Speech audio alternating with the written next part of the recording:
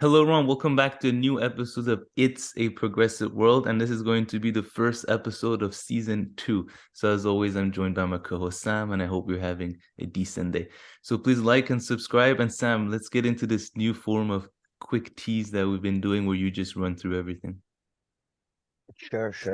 So, in the season 2, we're going to focus a bit more on topics, and we're going to talk about class and what the word class means, referring to videos from Sublation Media and other online channels. Then we're going to briefly talk about diplomacy and what I like to call what are the limits of diplomacy, perhaps, referring again to some videos online. Žižek recently did an interview. We're going to refer to that. And as you can see here, I like this art post because it says here, try diplomacy first. You can always invade them later, This which is, is I too think, good. very good, very apt advice for all leaders all around the world. We'll also briefly discuss some international fun and serious news, talking about Kamala's recent speculation about the fact that, again, there's a speculation that Democratic Party might drop her or might make her the candidate instead of Biden. Gonna briefly talk about Ilhan Omar. Poor Ilhan Omar lost her foreign committee job. So, and I'm sure Kamir, who is a fan, is very upset like her, was crying. We're gonna talk about the Chinese balloon, perhaps, or perhaps a Chinese kite or something that has been spying on America. These Chinese and their sneaky handicrafts. They were always famous for their, Yeah, fireworks what's and the all that. point with all these satellites if you're going to then send a balloon? Very important. Now, briefly also talk about recent developments in Asia, Middle East. There was a deadly bombing in Pakistan, left a lot of people killed. It had some geopolitical ramification. It's interesting. It strikes all over Europe, France and UK mostly. Bolsonaro being sort of involved in one of the weirdest crime sagas ever. Apparently now there are evidence that he may have been involved in the coup. A very brief mention about development in Turkey and how the opposition is trying to get rid of Erdogan, and some interesting development regarding Iran and the recent attacks that happened against Iranian nuclear and military facilities, and the geopolitical developments regarding the nuclear deal and all that, the recent ones. Again, referring to a video, very interesting video from YouTube. So that's it. That's the tease, I guess. Very nice, very nice. Good stuff. Super excited to talk Yeah. about all the Sublation video and also what's the other one? What's that other guy we've been watching recently? Jay Varn? Derek Warren. Derek Derek Varn. Warren is very good. Yeah, very good. What about this? Are you excited about this? It's more last year. I don't know. This year I've kind of moved on, to be honest. Maybe. But still, I thought I try to, put as much salt as I can on the wound. But yeah, But this is hilarious. I mean, I would be curious if you know, because I don't know anything really about it. I've just read the headlines and I just found it hilarious. Maybe there's something interesting you can tell me after. the But most sinister part of this whole balloon saga is the fact that nobody's been covering this as much, but they also drew a smiley face on it. So as he would come up, really, wow, it was very shocking. Very This shocking. kills me. Oh, it's I yeah. mean, it could be, yeah, but yeah, the class, yeah, I'm hoping that's gonna be a fun talk. Fun and informative, I feel. Not really. No, I take that But back immediately. I speaking back of away from fun, that position. speaking of fun, Mm. we haven't announced to our, loyal subscribers and viewers on this channel that we've launched a second channel. And in this one, all we do is release watch It's Always Sunny in Philadelphia, the TV show from beginning to end. We've already recorded quite a few episodes and we've uploaded our first Mm. episode. So Sam and I, as per usual, we just talk a little bit of shit, commentate. Sam tries to, share some facts on the show and some inside information. that's been leaked Sure, to sure. him, No, and we just have a that's whole lot of leaked. fun. So I think a few of you guys would for sure like it. I'm not sure about everyone, but yeah. Link Yeah, yeah, I think below. so. I'll put a I, link I below for sure to that new I channel. think you're underselling it. I mean, it's truly a commentary of a, of a value. I don't know, like biblical commentary. For We don't sure, have for this sure. level of value. That's, it's us drinking and watching It's Always Sunny. I mean, that I mean, we dropping do in watch stuff it. about Iran. Yeah. We do watch it once before and we listen to their podcast as well. So we don't walk in fully unprepared, so to speak. Sure, and we have seen it like what, except we talk about it, but except few episodes, we've Yeah. seen it all, like I've seen it at least like 3, 4 times, except the Ye- last like two Except seasons. the last few seasons, I'm not too sure how much I've seen. So that's going to be exciting and fun too. But yeah, we just uploaded the first video yesterday, like not even 12 hours ago. The channel has 1 subscriber so far, yours truly. And yeah, let's see if after this we can hit that 10 Yeah, I'm not mark. subscribing yet, to be honest. I'm You're waiting to not see where sold. does this chat. I'm waiting to see their contents. To be honest. I mean, I know I'm in the production, but you never know what happens after editing. So I'm waiting at least 3 good episodes, and then I'm so All that's right. uh, uh, I can't oversell it, basically. Fair enough, fair enough. But okay, Sam, should we get started with one of the first topics that you've prepared us for today, season 2 of It's a Progressive World? Yes, let's start talking about, I guess that's a perfect picture, talking about class.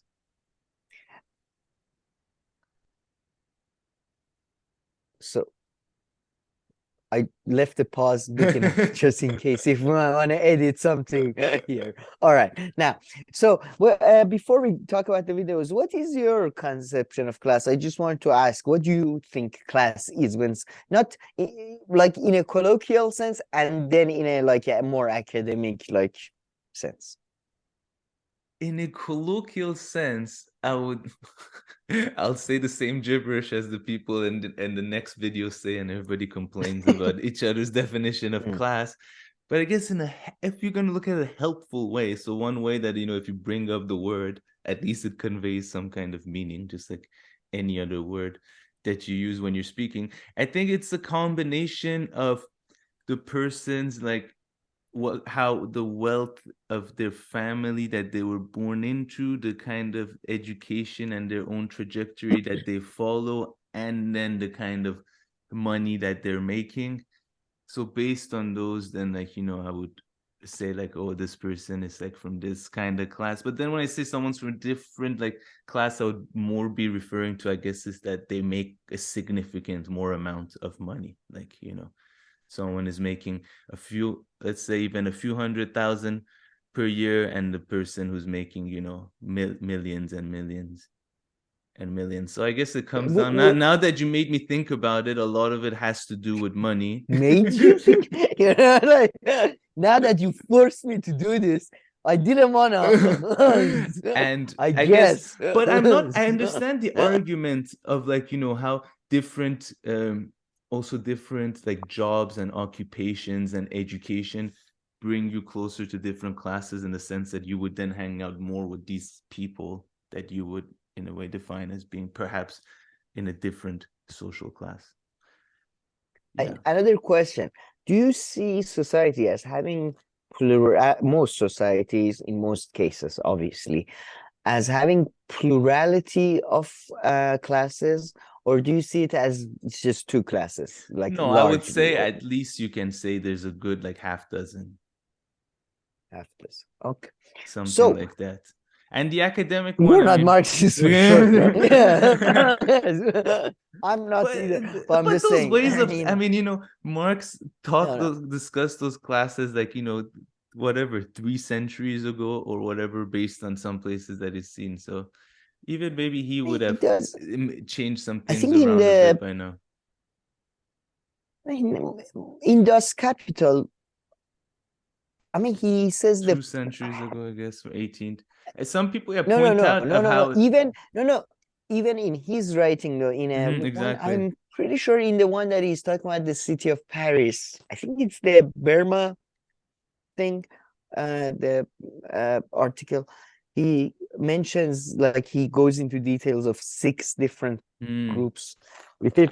So it's a bit, but then mostly he does say that a fully developed capitalist society basically has 2 classes: those who own the means of production and those who uh, serve them, basically working classes, or use the means of yeah. production. Which I But my really point, think that today, if you're going to like look at, I mean, sorry, Parenti would probably disagree with that, but if you're going to look at world like that, is it useful if you apply that kind of lens to analyzing I don't contemporary think Europe? parenting would Yeah, you're sort of teasing the fact that we gonna play a bit of Christian, not play, perhaps talk about Christian Parenti's recent interview.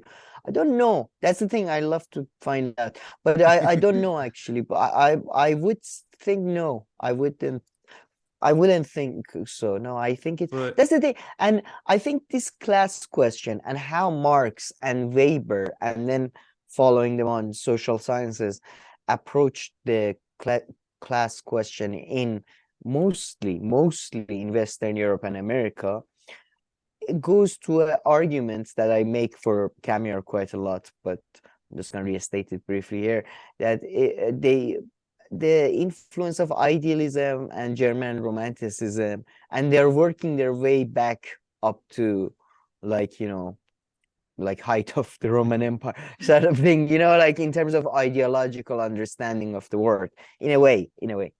So, but I don't know. You will see. So, why did we decided to talk about all of this? It all started because of this video originally, which is why are the rich depraved? Which is this video is it came about because this gentleman here, Stefan uh I can't pronounce that. I don't. But he has written an article about how bourgeoisie is relatively doing badly and all that. But before going into that video, I wanted to play a bit of this. And before this, I want to ask, so what did you think of these videos? What was your takes? oh, this one, Sublation Media. Yeah, I mean this. Yeah, well, or Varn. Maybe it start. Maybe let me play this one a bit, because Mhm. this one I think is a very good. Yeah, It's play just first. A lot says, of what people do you always want to say? ask us to play the videos first. So maybe in Yeah, to season play. 2, that So can be one that's, of the things that we'll try to follow, but yeah, can't make any let's chit promises. chat about personal stuff, more actual content. Quick So how you announcement: doing, we Cam? made a How's your new channel dedicated to fruits and nuts that we don't even know the names, where we just spend 20 minutes kind of guessing the name of the fruit. No, we're not even It like was have very special exciting. knowledge. It was very exciting game. Okay. Anyways, let's not get distracted with fruits and nuts again. 6:30. I'm gonna play it at least till minute 30 seconds. And exit polls, you see that So, oh, sorry. This is one there like is solo materialism, because it's a podcast too, so we have to keep it in mind. For listeners, materialism, working class, and other words many of you render meaningless, which I love the I title of swear. this video. Yeah, it's the best. Many of you render me. It's just, and it's, by the way, I take full responsibility. For I've sure. used Same. class as irresponsibly as anybody. And in this one, Derek Warren explains his views of how some words need specific definitions. a interesting and weird sleight of hand in the Democratic electoral base. Since the 1930s, people in the lower income brackets have voted for Democrats. Since probably the 1970s, different sectors of the rich have voted for Democrats. If you are on the East and West Coast and make more than $500,000 a year, you are 60% more likely to be a Democrat than a Republican. But in general, if you are well off, you're more likely to be a Republican. That also is because we're dealing with different scales of numbers. And admittedly, I know a lot of people take advantage of the fact that it's very hard to understand scales of numbers. For example, the DSA is a mass organization. Well, according to its official numbers, it has about 62,000 members, and that's mostly paper members, but whatever. Those are real members in good standing. But remember that you're in a country of 350 million when you talk about the DSA. Now, yes, most left-wing sectarian groups traditionally don't get past 5,000, and that's been a kind of hard set number since the 1950s. Don't know why. I don't have a good reason for why that is the case, but it is the case. 5,000. So we play sleight of hand on things like working class, our materialism. All right. And a lot of times we use some of the stuff to distract from other questions, like, what are we supposed to do now that the Democrats seemingly have defeated part of Trumpism, although Trump is not going away anytime soon? I mean, that's already happened, right? And there is a perverse incentive structure for media and also Democrats to keep you concerned about Trump, since, frankly, even the exit polls back this up, negative partisanship specifically against Trump is mostly what they are using to keep you loyal as a voting bloc if you vote for Democrats.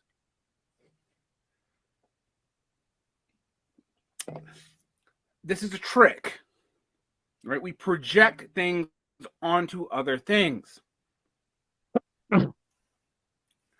The working class right now is a political football because people realize the social inequity, both in terms of income and in terms of production and power.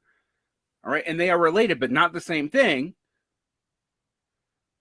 Is really weighing down on all parts of society, and who they think the enemies are and why they think they are the way they are and who they even is does vary depending on where in the country you are, what the dominant industries are in that area, what racial and gender demographic you're talking about, etc., etc.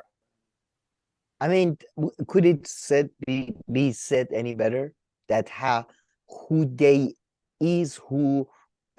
are is defined so much by the context, especially like so. Sure. Yeah, I think I really suggest everybody listen to first 10 minutes. He explains how lack of having a specific concrete definition of working class or class, whatever, or any word, leads to confusion and leads to, basically, as he calls it, a sleight of hand tricks.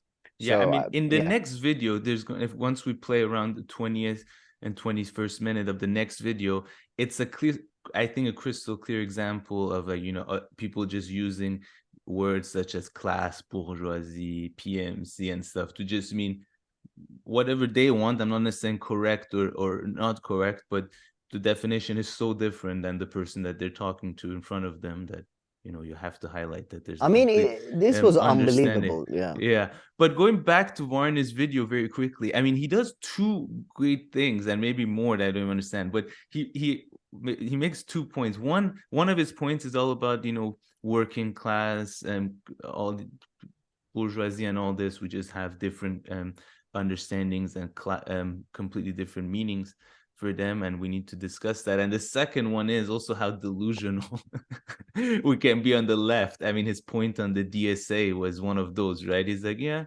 okay, DSA is nice. It has 60,000 members.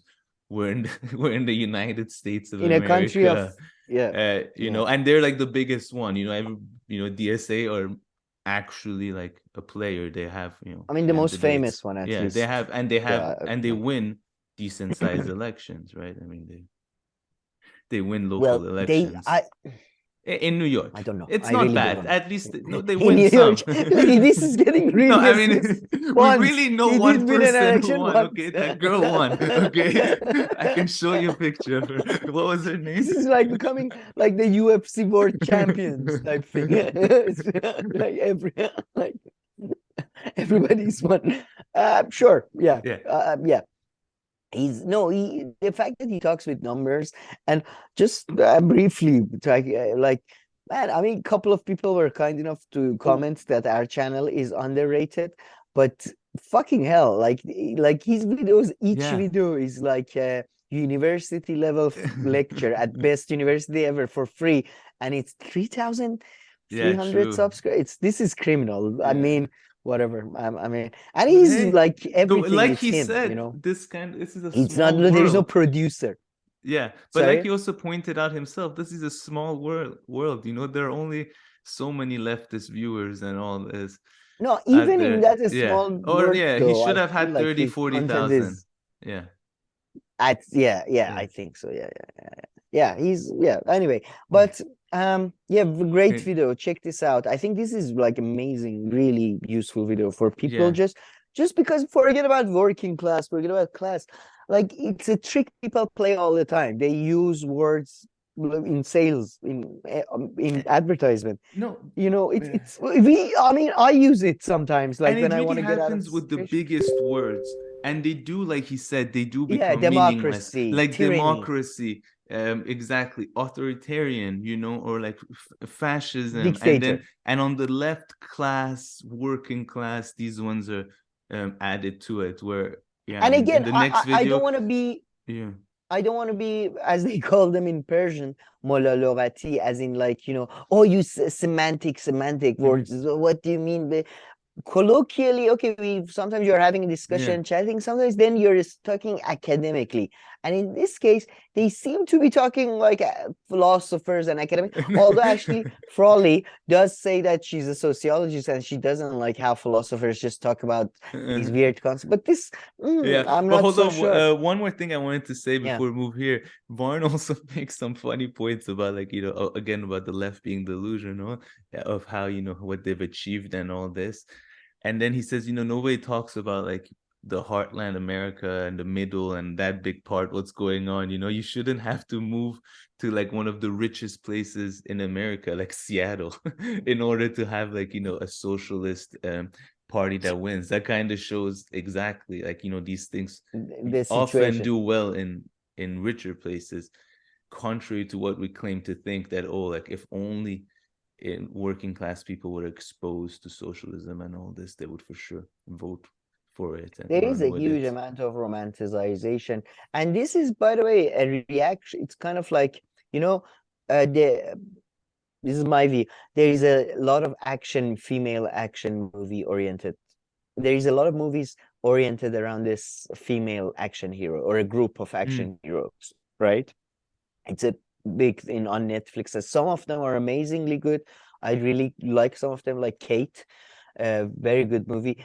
Woody Harrelson is in it, and I forget the name of the female lead. So this is my sexism, I guess. Some of them are awful. Some of them are really bad, boring, you know, forgettable. Like, but this is a reaction to, you know, the you know, the perceived or real lack of, you know, female-led action movies in the past. And I feel like there's an extreme amount of romanticization, especially in the Europe and America, of the working class, as a reaction to an extreme, perhaps, romanticization that existed of the elite, of the 100%. educated, of the thing.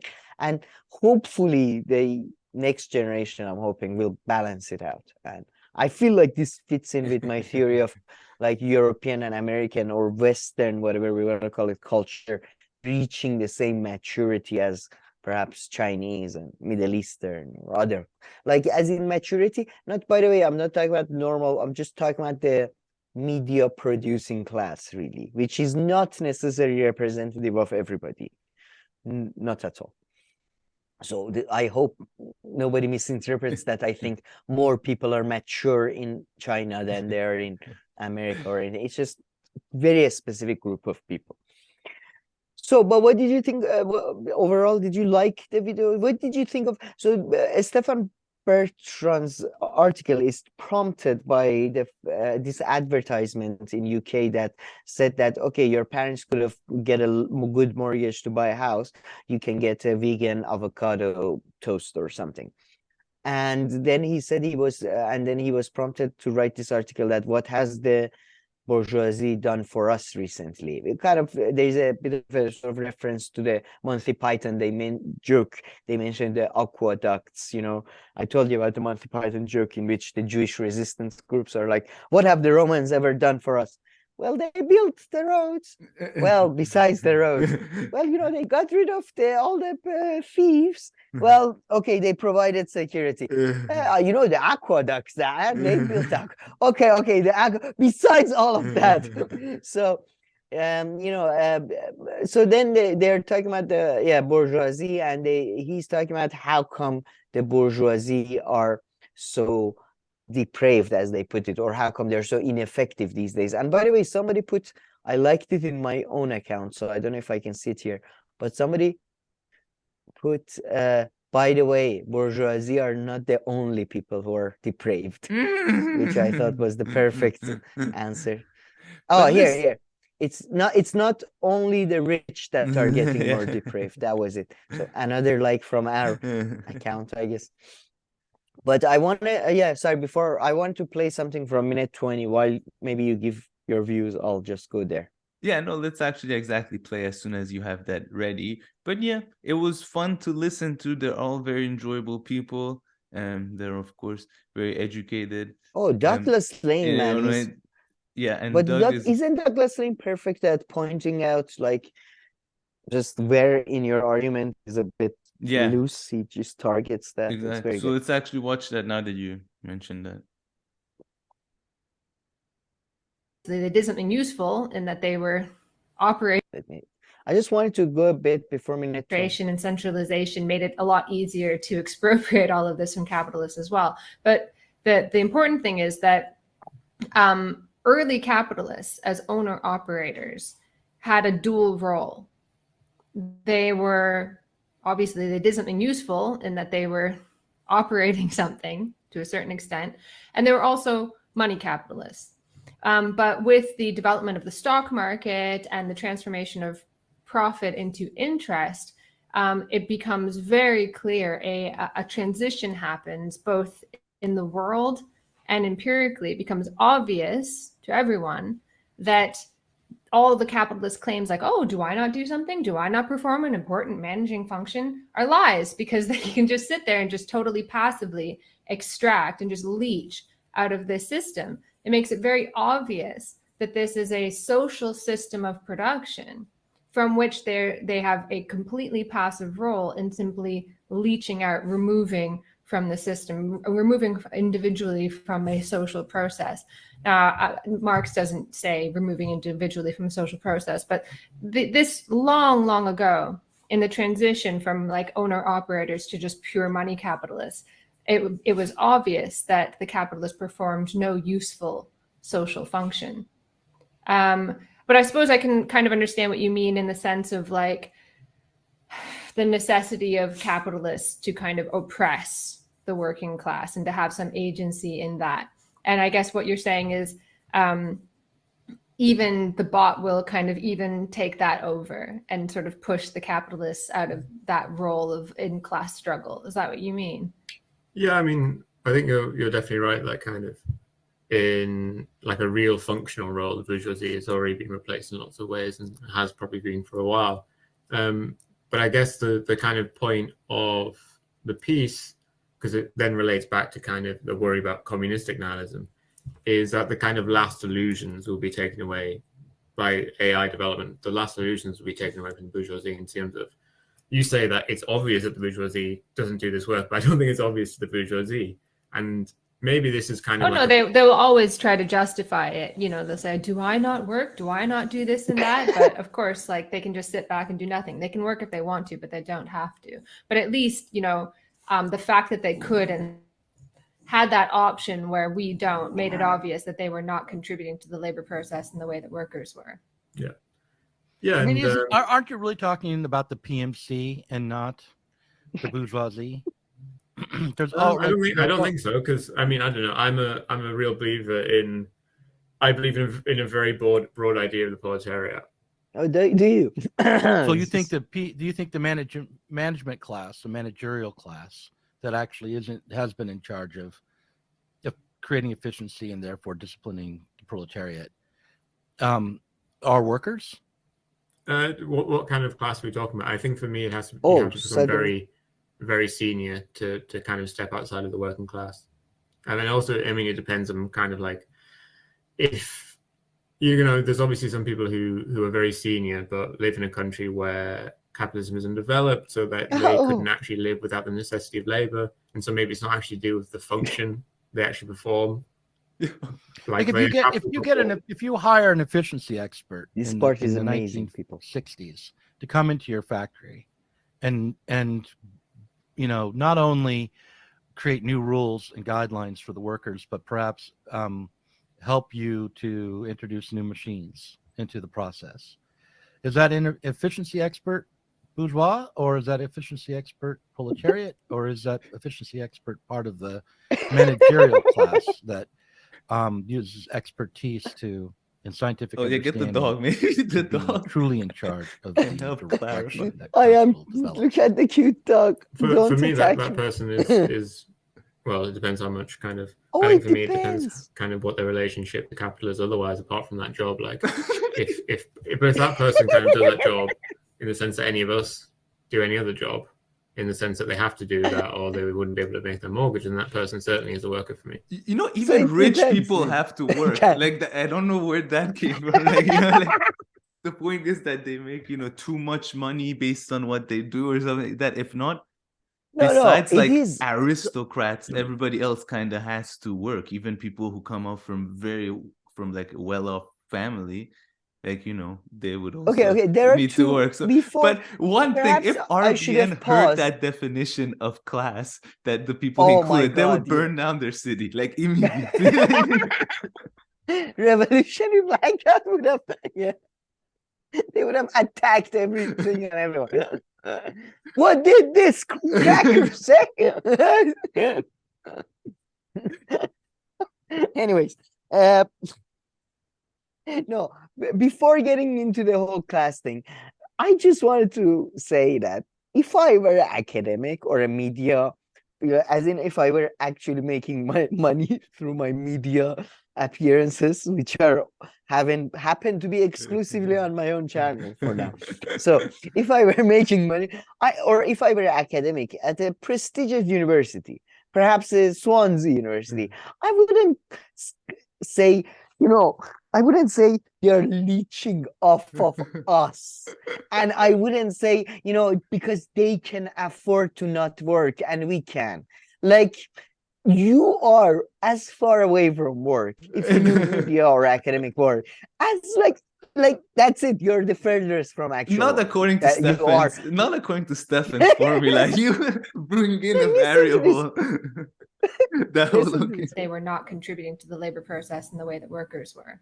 But of course, like they can just sit back and do nothing. They can work if they want to, but they don't have to. But at least, the fact that they could and man, that's the definition. Do you remember what did Varn say about day? This is a very key word. This is something that the whole fucking Hegelian philosophy is based on, the mixing anyway.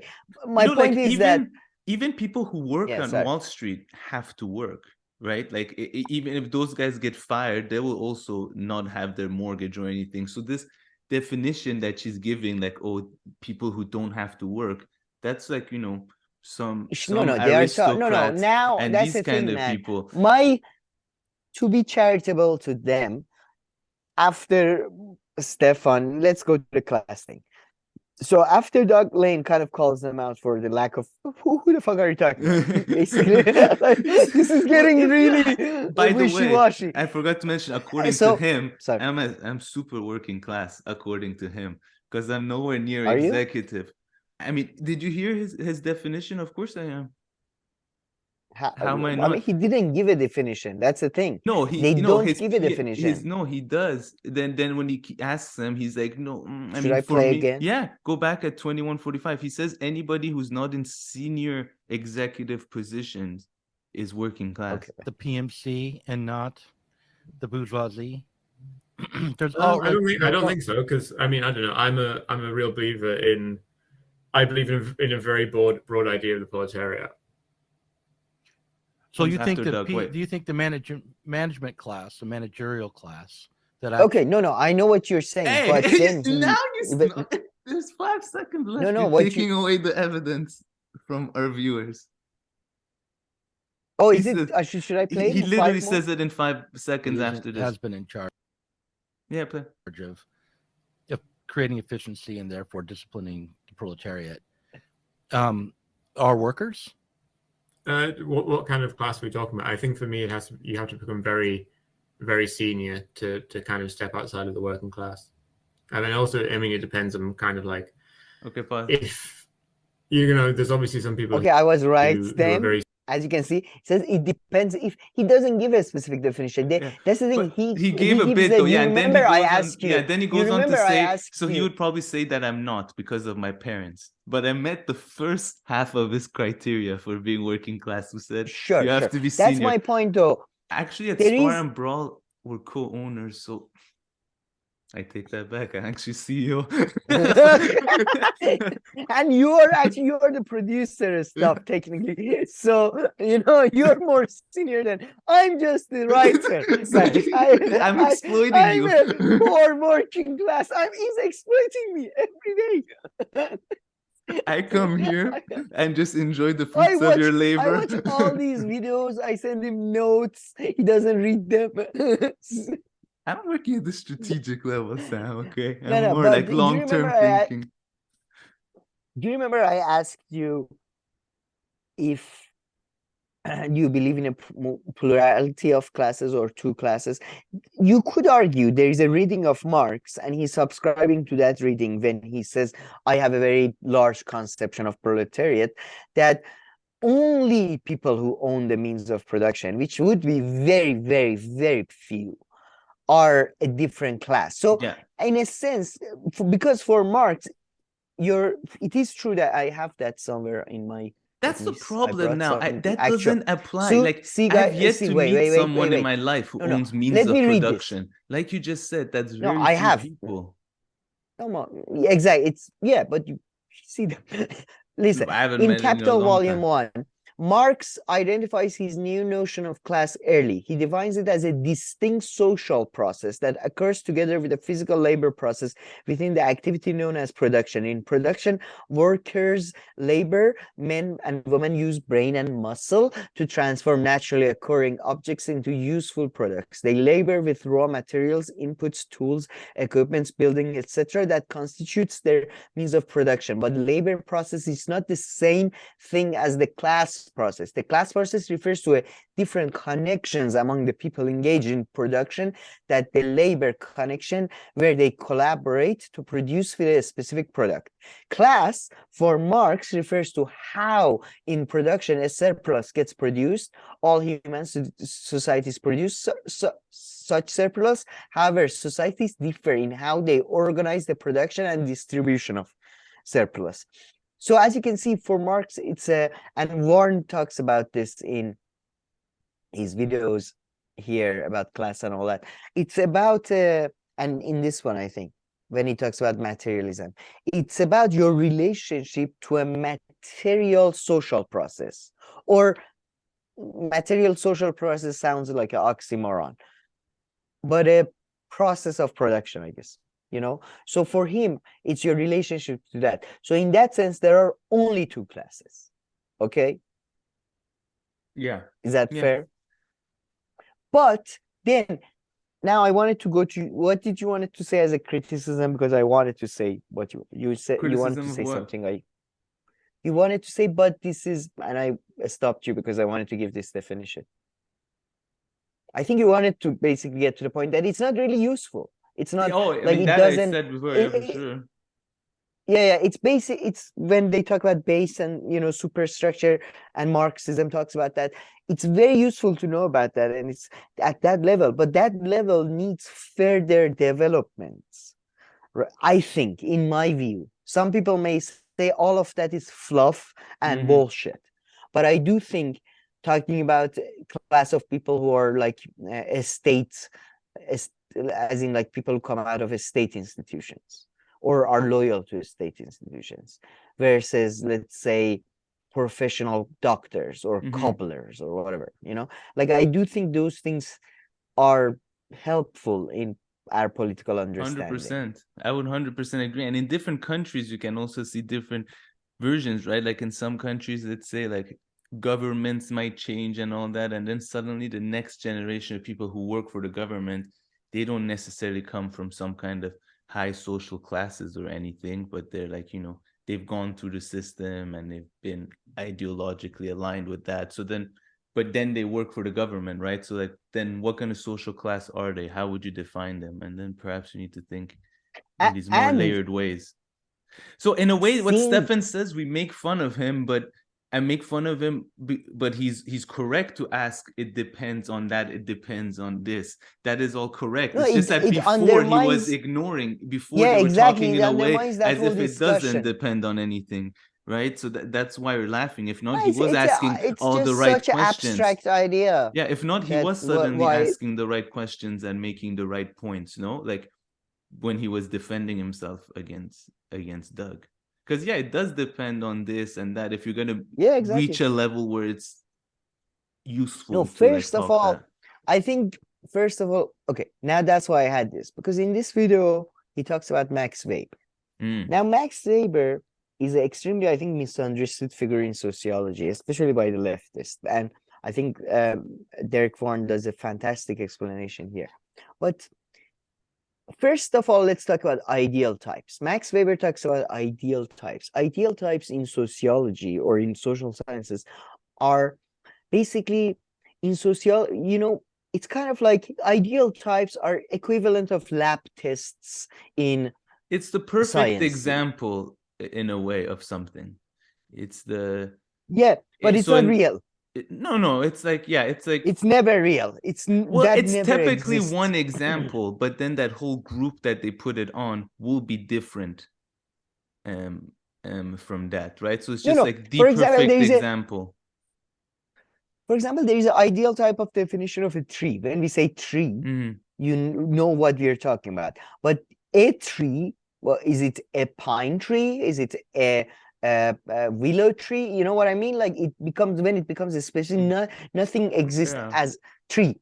Or if you want to apply it to politics, they'll be like the ideal Republican politician is. Then you just take ideal. Not the ideal, as in not the best, as in like the average, exactly. the very typical. If you're gonna take average. One with common denominators of everything, like the most typical one. I think the best, but it doesn't mean that all the other Republican candidates or politicians or whatever are like that ideal type. That is just like, it's like the average common example. That just includes all the necessary features.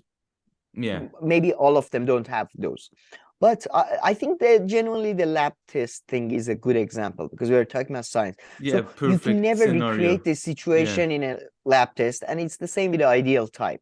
An ideal type does not exist in the real world. And I don't think Weber hides that. I think that was his methodological approach, right? Like he doesn't claim that that was his methodology. No, I get to the misunderstood part. Yeah, I was just going to say that he doesn't claim that as being a universal, like the ideal type is like applies to all context and everything. So he's Weber is very clear about that. But and so when we talk about bourgeoisie, we are talking about ideal type class. So when that's why specific examples can destroy general making arguments about bourgeoisie and how they, and by the way, if you're again, like, there is a good argument to be made. Anybody living in like developed world is bourgeoisie right now, globally speaking. Or like, you could say 60-70% if you wanted to, yes, exactly. Yes. In cities, in developed areas, in developed exactly world. Areas of the developed world. Like 70% are bourgeoisie. Yeah, I'm not talking about like the outskirts of Paris, perhaps. But okay. Now, then the part where more about the misunderstanding part is about the Weber's. Some people argue Weber, and this is true to an extent, Weber was a liberal and was critical of a liberal nationalist. He was critical of Marxism, but he was thinking that there is another argument that he was developing Marxist arguments. So in a way, he wasn't writing in opposition. Some people have a very, they call it, I think, soft or weak reading of Protestant ethics, as in Protestant ethics as a sort of a outcome of changing modes of production. Some other people have a strong reading of Protestant ethics. They say, no, no, no. Weber is arguing that Protestant ethics led to capitalism. So you can, both positions, there is a scholarly literature, backing it up. I think it's more likely that he was developing Marxist categories. And I think he was developing them because they're not enough. As I said, like just saying that, of course, owners of means of production are in a different class than everybody else. But that's just not enough to help us for political action or for even understanding. I think it's not enough. And we shouldn't treat Marx's work in a dogmatic way that the Bible or Quran is, which is like, okay, whatever was said in this is the way it applies. Of course not. You like take it, every era things will change enough that even if a theory is very like, good and explainable, you can add new layers to it in order to understand the contemporary Marx world. changed his views himself, according to Althusser. So I mean, I don't even think it's a bad criticism to be like, okay, like the way that Marx defined more commonly or more often bourgeoisie and social classes were much more appropriate and relevant during that time, whereas now, just because of, I would think, because of change of professions and all the new sets of professions that were added throughout the 20th century, that, at the very least, you would need to alter some of the understandings. I to be honest, I do think even back then, that's what I want to get to. Even back then, about, perhaps, for example, I don't it shows the Eurocentrism and you. Can you hear me? Yeah. Hello? Yeah. Sorry, my headphone might run out in a second. But yeah, I mean, as I mentioned, Ashley Farrell mentioned, even in early days of Marx, it was becoming obvious that money lenders and all that, people who were just managing money, basically financiers, were largely, they were not performing any, let's say, it didn't have any functional role, whatever that means. And that's, by the way, value judgment.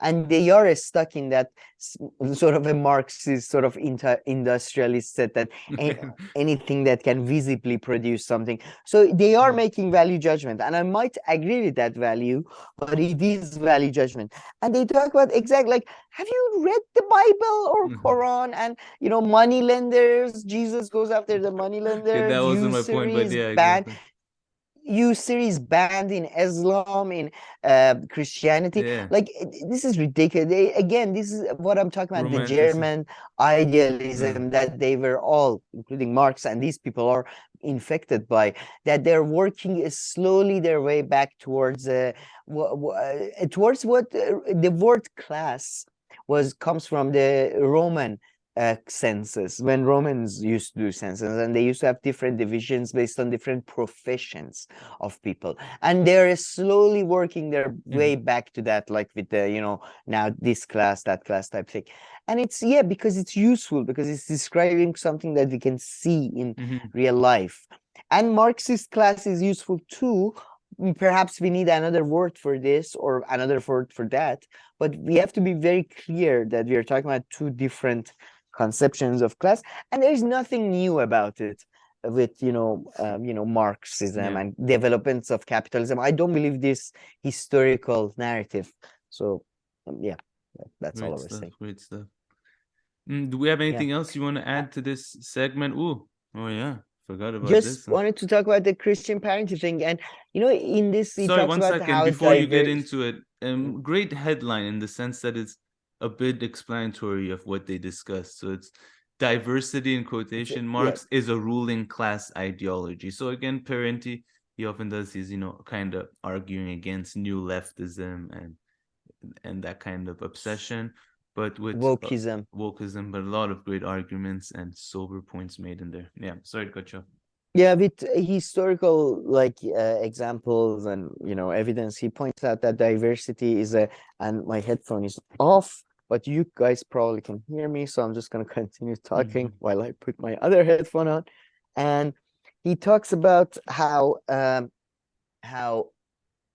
diversity is actually very beneficial to the ruling class, because it allows for divisions to be made within the working classes, and therefore they can, you know, exploit that. But he does say, and that's why I think he would agree with us that, you know, of course you have the top, you know, the owners of means of production are one class, and then others in the society are a different class.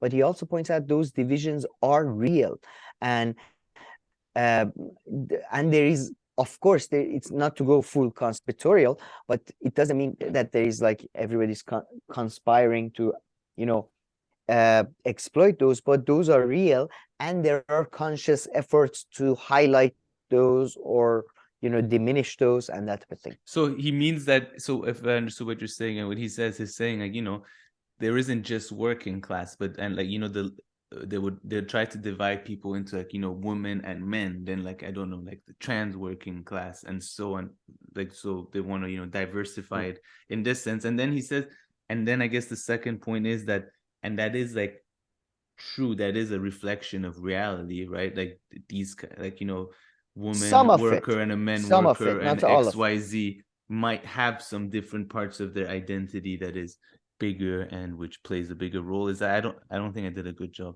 at trying to explain the point that he made. No, he said they exactly as you said. Yeah, it might be real, but because it benefits perhaps the ruling certain group within the ruling elite or whatever, they might highlight that more, or you know, not. And they don't want actual diversity of ideology. And he points out the example of his father being, you know, red baited, that type of thing.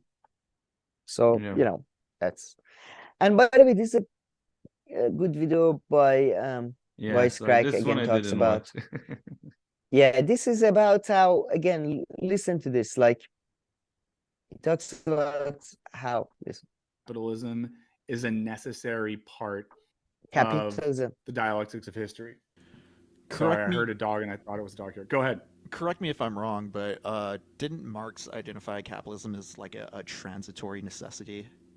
In some sense, on its way towards communism. There's a lot coming up in the chat about, you know, the binary. Cass and Vox are making some good comments on it. But yeah, it's not a binary. It's about a transitory, ongoing evolution of our economic system and how we best service ourselves. Yeah. That's that's the idealist part of Marx. It's not transitory, really. I mean, that's what it is. The capitalist part is not. You can the way it's set up and how exploitative it is, or the way that it exploits, or the way that it's set up. Yeah, no, and just the way that it's set up. I mean, that's kind of my point that I was saying. There's definitely there are big differences in Europe, and it's 19th century Europe and 21st century Europe. I mean, people are up to different kind of activities. Oh, sure, yeah, and before the Industrial Revolution, and like every 100 before years, the Iron Age, and after every year, perhaps, depending on how much you want to get into details. I don't know. yeah, exactly. Depending, exactly. My point is, and it's not, if you look at the context of, you know, who Marx was, sort of a lower or middle, not even lower, but middle class family. No, lower middle class, I was gonna say. But forget about, by the way, oh man, by the way, RBN stuff, they would have, forget about Marx. Engels would have been this guy sitting in London. Who does he think is telling us what to do? You see, what does he? He's intimidated by the black man. What are you talking about? He may have been. I don't know. Maybe Engels. Look, I mean, I don't know. Probably was. Yeah, probably a European, more German from 18th. That's the thing. If you look at the context of Marx and Engels and Freud, many of the other ones, Freud. You don't. Yeah, well, Freud was interesting. But you lose a lot of. I think there's a lot of romanticization and idealization of these people, and it's like they had some good ideas. A lot. No, they were one of the smarter. They're definitely one of the smartest ones out of everyone. That's why their ideas and stuff. Well, smartest and also luckiest, right time and all this. But there were other lucky people around them with similar situation academics and you don't hear their stuff because theirs probably was even far shittier. I mean, one of the reasons, of course, not everything is down to, and that's why theirs isn't, right? Like, I mean, the fact that Marx's theories are still this relevant, of course, speaks a lot about some of his insights and abilities to impact society. But what do you think of my historical theory? I think it's largely, you see this more in America media, again, media producers, not talking about people in general, more than Europe, and you see it far less in Asia than Europe. I think it might be, I think it's just the historical thing, like, you know, like as they, you know, you learn about history, like in China, they know about the 1,000-year history, how it goes up, down, goes up and down, and they are less delusioned. But it seems to me that because perhaps, especially in America, they're so focused on their own history, like revolutionary wars and all that nonsense. So I don't know. What do you think? I don't know. Like, what do you mean? What do I think of what exactly? Well, my theory is that that's the reason why they are more prone to romanticizing and thinking that it's a transitory stage, and you know. I don't know. Other places they romanticize too, but yeah, maybe about this because of the they romanticize the past. Narratives. That's the interesting part. Narratives, I mean, now that's the thing. You see it with American culture happening now. They are starting to romanticize the past in the same way that perhaps Chinese and Iranians and all that do.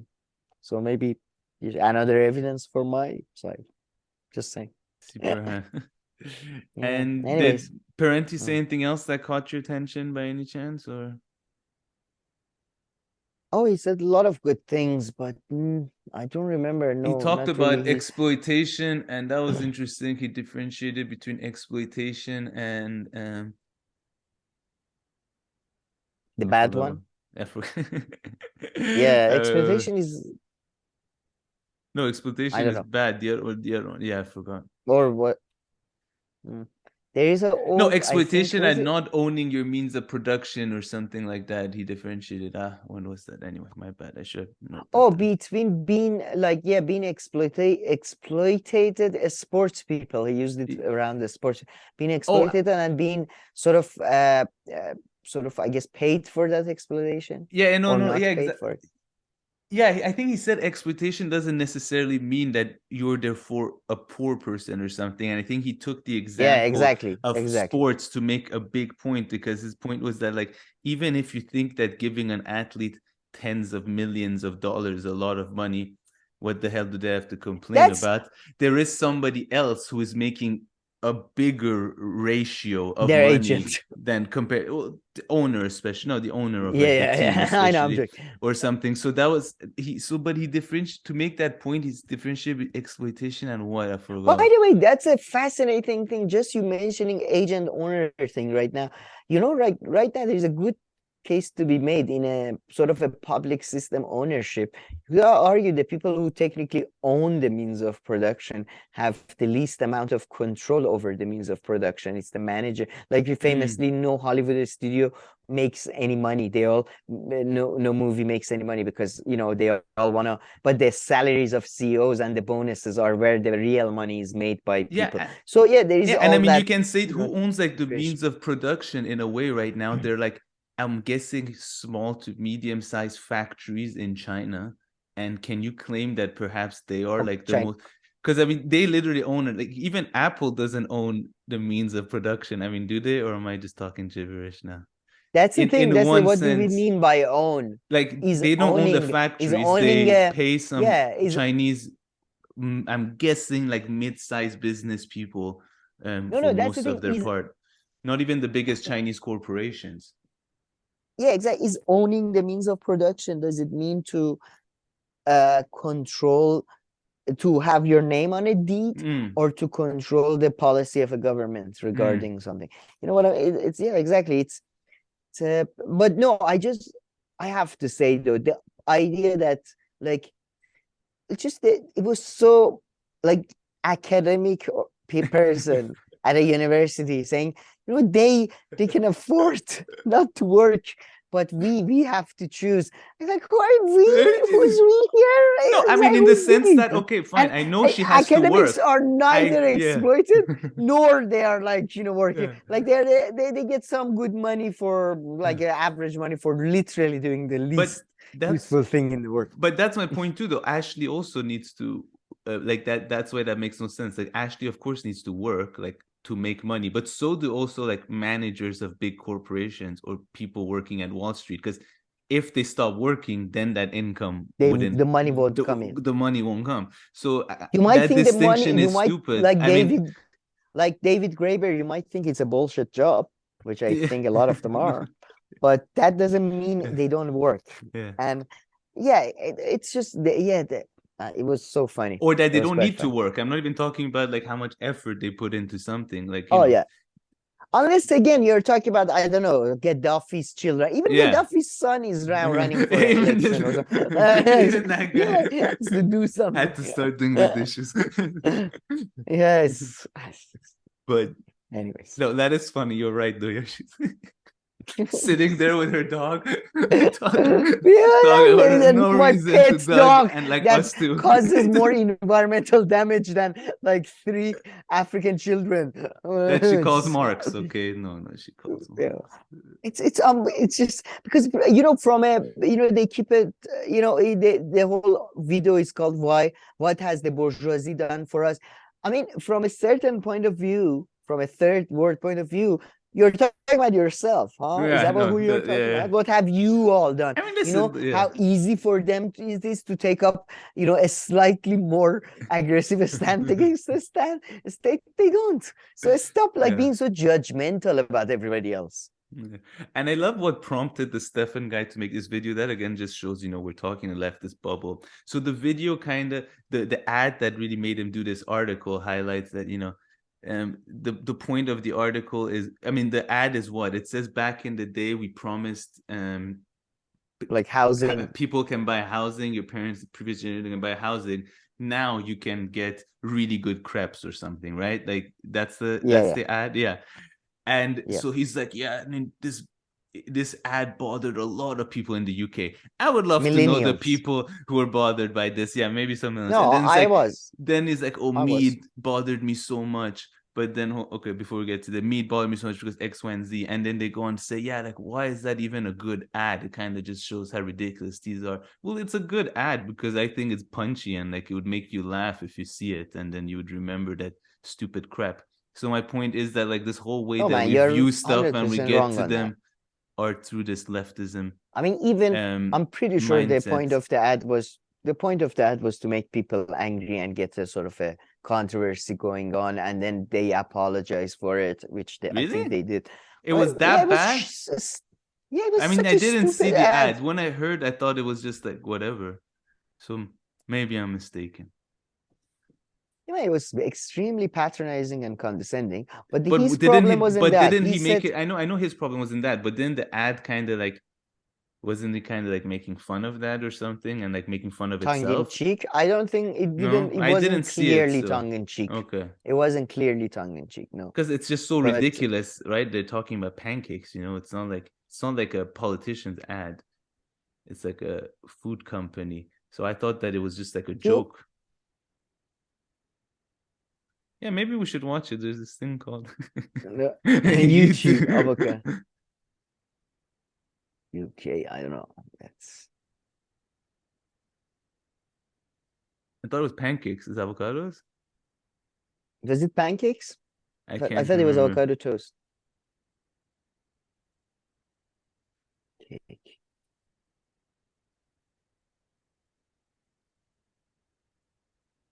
Your generation. Let me put that. I wish they put the ad in there. Okay. How did toast? No, let me.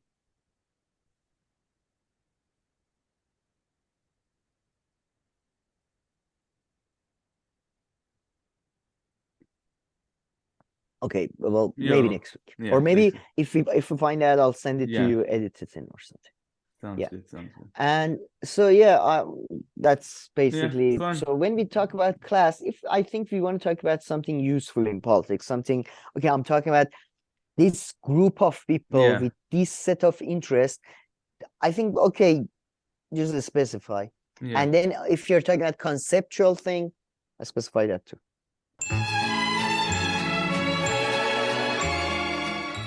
Alrighty, Sam. So let's move on to the next segment.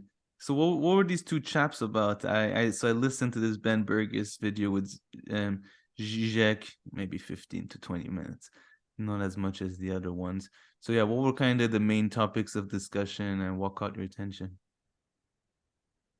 So he kind of responds to the sort of a kind of idiotic Gabriel Rockhill criticism of himself a bit, but then he moves on to other topics. He talks a lot.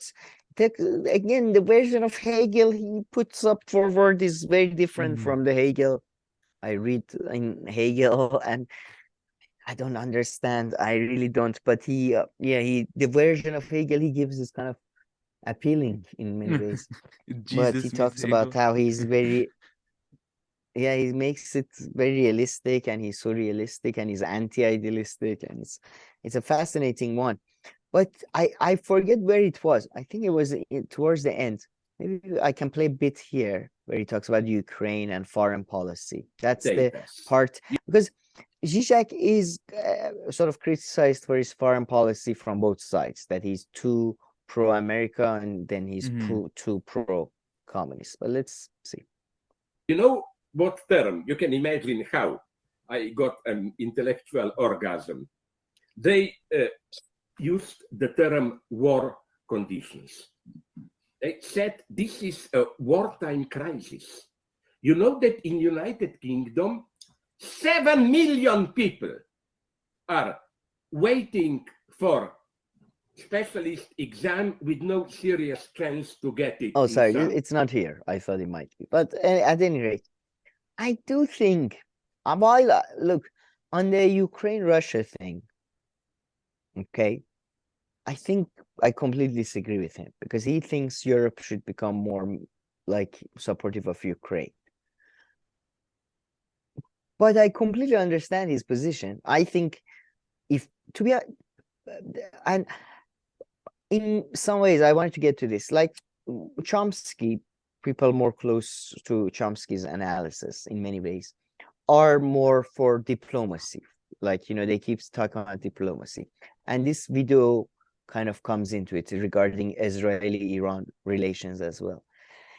I think there are limits to diplomacy. I genuinely I don't think there is any other way to, sooner or later, Russia and Ukraine or Russia and NATO, we're going to go to war, because the people who occupy the positions of power within both entities have certain interests, and those interests are bound to clash. And there is no way to remove those people. We tried both in Russia and in America. Didn't work. Or you could argue because of the structure of those entities, even those countries or those entities are bound to clash. And I think kind of Žižek gets it. And Žižek kind of goes through the fact that I think a global sort of a reasonable state, social welfare state, or what, that is more likely to happen through social democracies of Europe and America and all that. I don't think so. I think actually it's possibly more likely through assholes like Putin, perhaps in some cases, or at first, I think at first, unity of certain geographical areas, then, but I think he gets it. Whilst a lot of people, like the people who are like Chomsky and a lot of people who are like, oh, we are calling for diplomacy. I don't know what that means when they say we are calling for diplomacy. Like what they talk, like there is no way to, and it comes to this Israel-Iran. And this was a really fantastic video by Professor James Kerlinzy, in which he, for example, he talks about Iran-Israeli relations, but he doesn't really mention the revolution, which I thought was fantastic, because nobody pays attention to the fact that Iran never recognized Israel. Not Shah did not recognize Israel as an entity, or maybe it did for a very brief time. I don't know. But I don't think we ever had an embassy. Like there was never an official Israeli embassy. This does not mean that Savak, the Iranian intelligence, wasn't trained by Israel. They were, but you have to take into account that Iranian-Israeli relationship has nothing to do with Iran's domestic policies, and those entities, in my view, as they exist now, are bound to clash, and you have to take and cannot coexist. It's just not possible. Like, you know, in the form they are right now. So, like, I don't understand, like, what do people who keep saying, yeah, like, more democracy in Ukraine. And again, this is nothing original. Clausewitz many years ago, war as politics by other means, you know, and to quote him, the war is not merely a political act, but also a real political instrument, a continuation of political commerce, a carrying out of the same by other means. So, I mean, I don't know, like I really, I mean, am I being too harsh? Is there, what do they mean by diplomacy when they call for I mean, diplomacy? you know, I guess they would refer to like the, you know, making the Iran deal happen in order to, you know, doing something like the Iran deal. But like, when there is no way to make it happen, like, should we not? And I'm not saying immediately go to war, but it is as it is, you know, like isolation, you know. Yeah, I mean, you know, they would potentially war. So I mean, I understand what diplomacy is, but yeah, and then it doesn't necessarily always. It can't always solve all problems or disagreements. And yeah, I should say. Yeah, conflicts. And, you know, but again, people, I think people should watch this Banshees of Inisherin, the new movie that won a lot of Oscars. Fantastic. There's a part in that and then, you know, things happen. Like, people are not willing to let go of certain interests or beliefs, right? For example, Palestinians. That's, you know, what Palestinians are, you know, that's a lot. They've lost the war and all that, but they're, you know, and Israelis are not willing to go. There is no diplomacy. There's no amount of diplomacy that can solve that. You know, not in that case. It's a limited. I don't think it's a limited resource wanted by two people based on two sets of interest that is both sacred to them. What do you want to do? Like, it's just. I do think that's kind of that. I kind of like that about Žižek, that he's at least he sort of recognizes, and he takes a position. His position is, okay, I think the global world order is better off under European and American rule, and I think there is justified.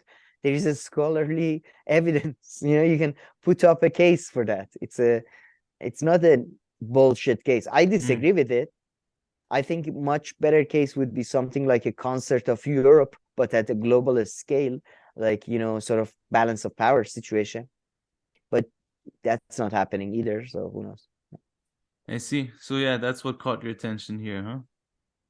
Yeah, really. But it's a really interesting interview if you're interested in, you know, what's his name, Marx and all that stuff. And now to more fun politics and stuff. So did you let me just play. Some people are doubting Kamala Harris's abilities. When is this video from? It's not old, right? From a week ago, 2 weeks. I don't know. This is 16, so maybe a day ago. I don't know. But yeah, some people are doubting her skills as a potential candidate. Collaborating around the small businesses that will need to do the work that will be the result of all the trillions of dollars we're putting into the infrastructure of our country, including the almost $1 trillion that we're going to be putting into a whole new economy that is called a clean energy economy, right? As President Biden passes the halfway... I love that right, by the way. It's kind of like... right? That makes sense. Is that what I'm supposed to say? Why did people start just clapping in them? That was kind of... Because she put in the right, you know, she put the right buzzwords to sense for that audience to get the message. Like, oh yeah, okay, yes. No, but usually good point made. They wait for the sentence to finish before they clap. It's kind of, I don't think it's clear when the sentence started or finished. It wasn't clear if it started was when a she took the sentence stage, or and it finished was when kind she of a got off the spasm. stage. So yeah, there is some speculation they might drop her as a I mean, vice there's president. no way. Oh, yeah, true. Yeah, I mean, that. Who By the way, cares? I said there was no way you Yeah. can have her as president, but Why not? I mean, no, huh? That's what I mean, no, not- she wouldn't be able to. She's no worse than Joe Biden. How is she worse than Joe Biden? I don't get it. Like, At people least- are so harsh on her. Is that fair to say? Joe I Biden, don't like, know.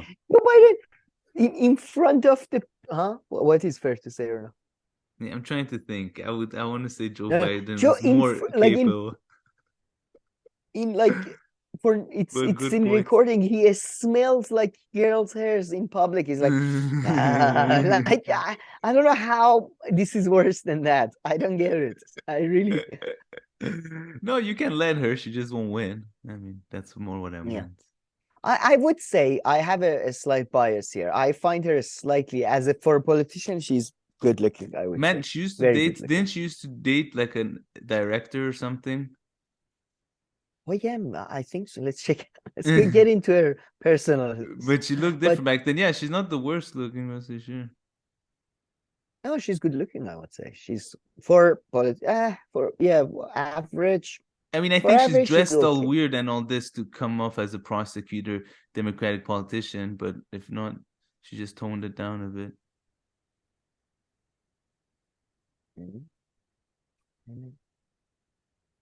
No, nothing. Chapo guys always make fun of that she was married to somebody by the Democratic Party, and it kind of makes sense. But no, I don't see Hold any on, I'll find it. famous. I know she went to uni with. Apparently, she was a classmate of what's his name, Obama. Dated TV host Montel Williams. Come on, man, Mantel Williams, really? You know him? I think isn't he the bald guy? The black guy. No. Oh, that's Howie Mantel. Sorry, I mixed him with Howie Mantel. And they're like, picture, don't put know. her and Kamala Harris. But- Harris is a picture of them at like a red carpet. It's funny. Put his name and then Jeez. Kamala Harris. Oh my God. Google is censoring it. It doesn't even come up as a No, no. suggestion. You Oh, see? Wow. Wow, she was Yeah. good looking.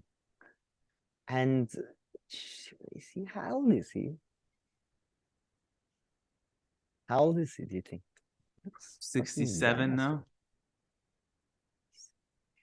66. How old is she?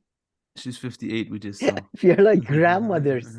How old it doesn't seem or did they anyways. So that was There you go. so you learned something I don't know, new man. today. She's but I have to say though, this whole Veep thing is unbelievable how close she is to Selena Williams. What am I talking about? The TV show. What was her name? Yeah, the Veep TV show's Mhm. main character. Elaine Bennett. Unbelievable. Mhm. Like, yeah, Elaine character. It's just exact same things happen to her. It's really unbelievable. She I had should like really watch exact that show same thing. properly. Oh, it's amazing. I've only- It's the best. And now let's go to your ex, I guess, friend. Listen, she was Ilhan robbed Omar. of a hard-earned position. They just took away everything from her. Did they? I love. By the way, The Guardian was really having a problematic time because he was kicked out. Because But of anti-Semitism. anti-Semitism. So Guardian was They were like, so we torn. used. She's Muslim. She's also Islamophobia, but she anti-Sem. I don't know who to go for right now. So they had articles published by both sides. Yeah, I was just gonna say Yeah. that. She's anti-Semite, but she's also been Muslim, Islamophobia. Sorry, so she's fuck her. So yeah, I'm happy. to One be of the honest. I'm very editors happy. just imploded. He couldn't anymore. Like his body was just like starting to grow in two different directions. No, it didn't implode. Yeah, It just got ripped yeah. apart from the center. Just it was we used, but But Jeremy Corbyn, anti-Semitism is real. Jeremy Corbyn. Just as soon as they hear anti-Semitism, they go Jeremy Corbyn. Jeremy Corbyn. God. Yeah. They're like, so in Oh, 1938, Jeremy Corbyn, I mean, sorry, Hitler attacked. Hitler, also known as Jeremy Corbyn in some circles. Apparently, he read a lot of Jeremy Corbyn books. He wasn't born yet. Oh, his father. Senior, Jeremy Senior. But yeah, she got. I mean, I love how. By the way, even thankfully the left this time, even in America, is. As I'm telling you, man, they're growing up. They didn't like. Nobody cared. Everybody was like, oh, okay, goodbye.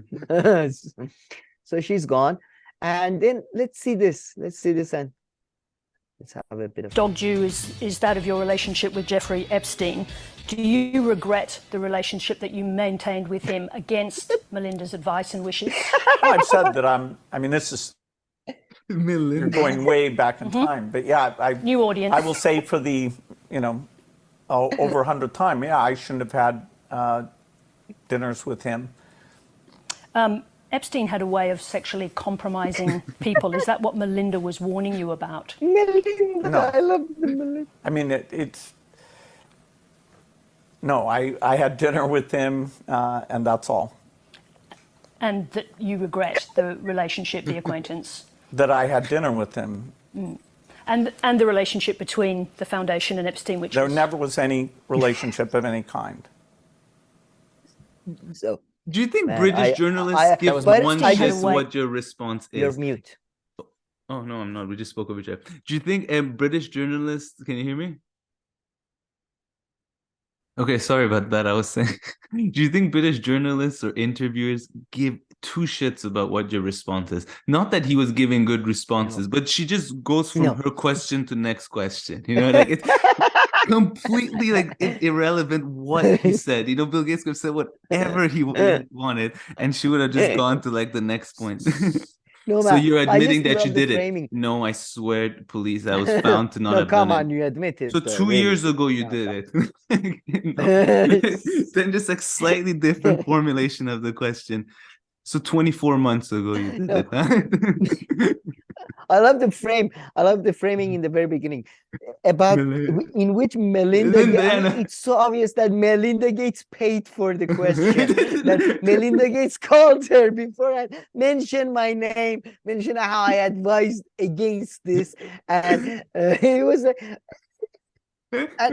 It was unbelievable. It was unbelievable. There was no relationship.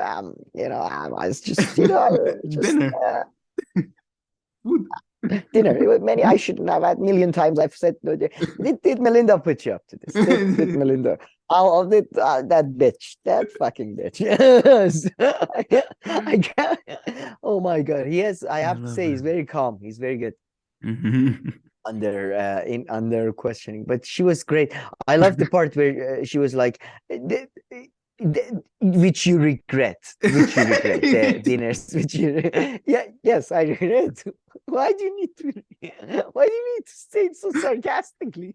It's like at the end of her paper there was like a sentence she had to get out of him, and one way or another she was gonna make him say that phrase. Man, even if it took all day, she would, you know. Melinda Gates, he's not.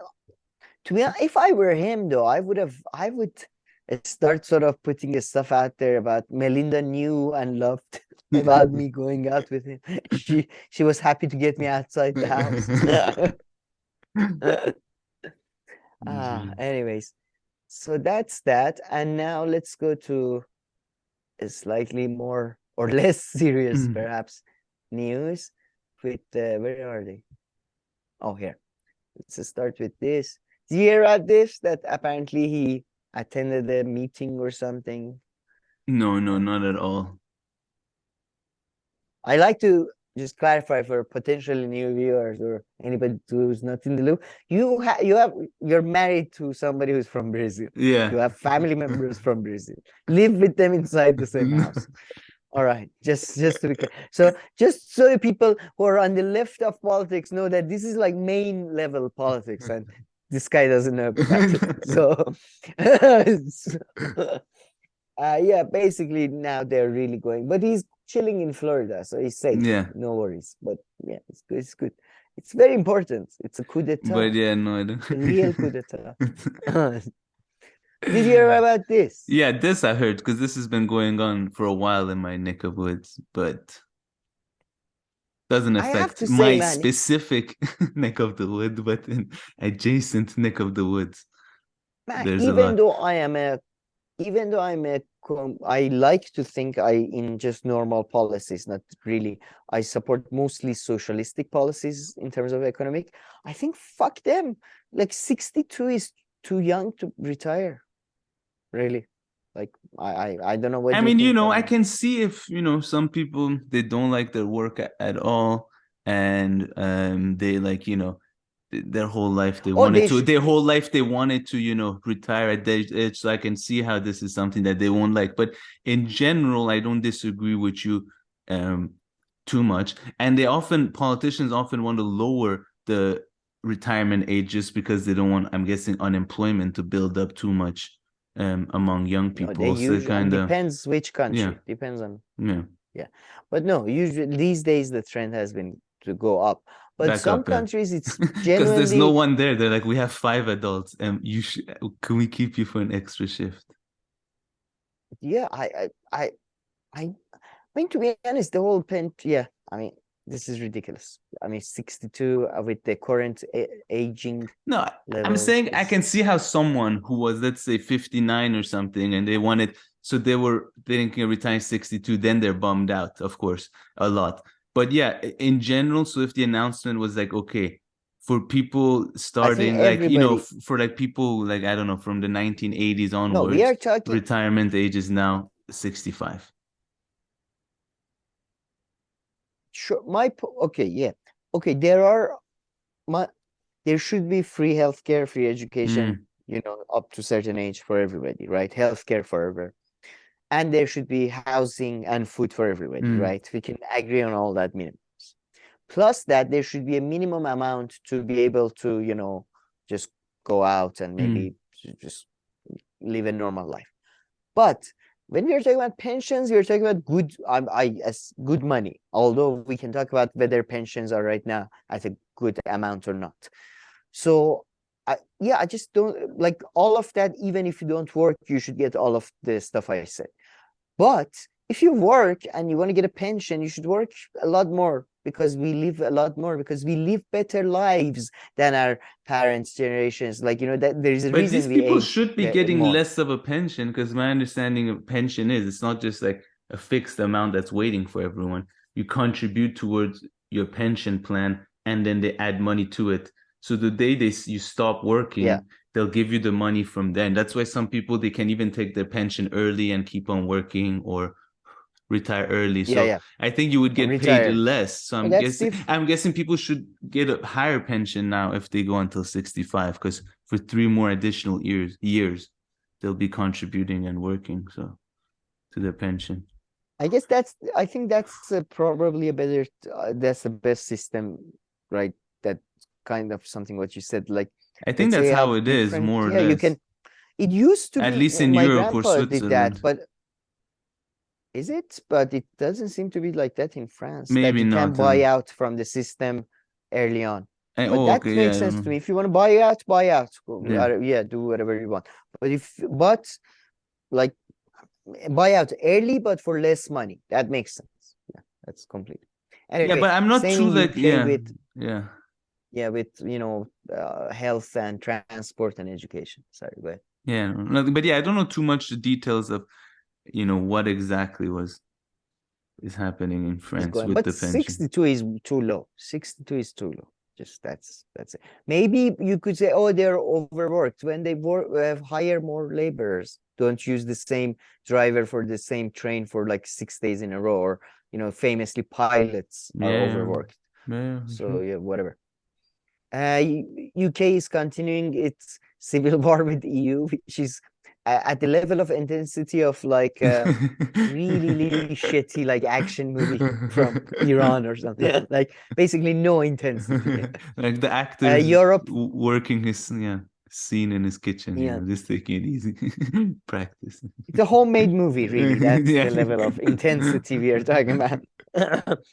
At the same time, in the much more intense and blockbuster of a movie that is Ukraine and Russian war, European leaders are trying to sort of, as always, tell Ukraine to go ahead, fight the Russians, but no, you're not one of us, really. Really, you're not one of us. Let's be clear. You're not EU, okay? We still like Or not Russian gas. EU. Not EU. But at the same time, maybe one day, if you're a good boy and kill all the Russians, you could be EU. So that's going on. At the same time, China is apparently sending balloons to America. China, Is there come anything on. serious here? No, America is. Have you come across anything like serious or like, so someone dismissive like me just can't laugh at the idea? And I don't even know what part of it. It's the whole thing. Stuff gets, there is a tiny bit of serious stuff when Iran domestic politics at the very end. But I was just wanted to say Chinese government should stop. Like they know America is so sensitive and childish. Stop just sending balloons, making faces. What is that balloon covering? Like what kind of it's a spy balloon. It's like what kind of it connects something. What's going on? But did you see America exploded the balloon? Yeah. Did you hear? No, I thought they were concerned of doing it because of debris, so they didn't even debris. They were like, okay, as it stands, it doesn't cause anything, but if we shoot it down, it might fall on someone's head. So they have, but so they don't believe in satellites, and they're like old school. We'll send the balloon. I mean, look, man, balloons have their uses, but I mean, who gives a shit? Like the amount of spying that is going on. And like, where was it in the US? Really? One of them was in Latin America. One of them was in the East Coast, I think. Wasn't it? In the East Coast? Let me check. Yeah, spying on Central Park, seeing what's going on. Oh, there's a guy rolling a J back there. We can maybe sell this information to the NYPD. What's happening with Ross and Rachel? Are they still together? What's going on? Oh, that's the part that Friends was filmed in. That's the one. Come see the People's Republic of China needs to know what happened. This is the right of every man and woman and child in the world. Did Ross manage to one of them is in Latin America.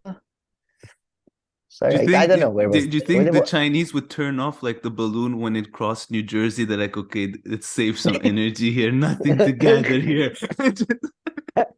Switch it back on. In fact, they inform me it's misinformation. Zone. Any information here is probably will damage our intelligence. It will just put on like autopilot mode during that time. Making it so they're like, okay, Texas, let's see what's being said here. Okay, this is kind of fucked up. I'm not sure. Man, this Hey, Colorado.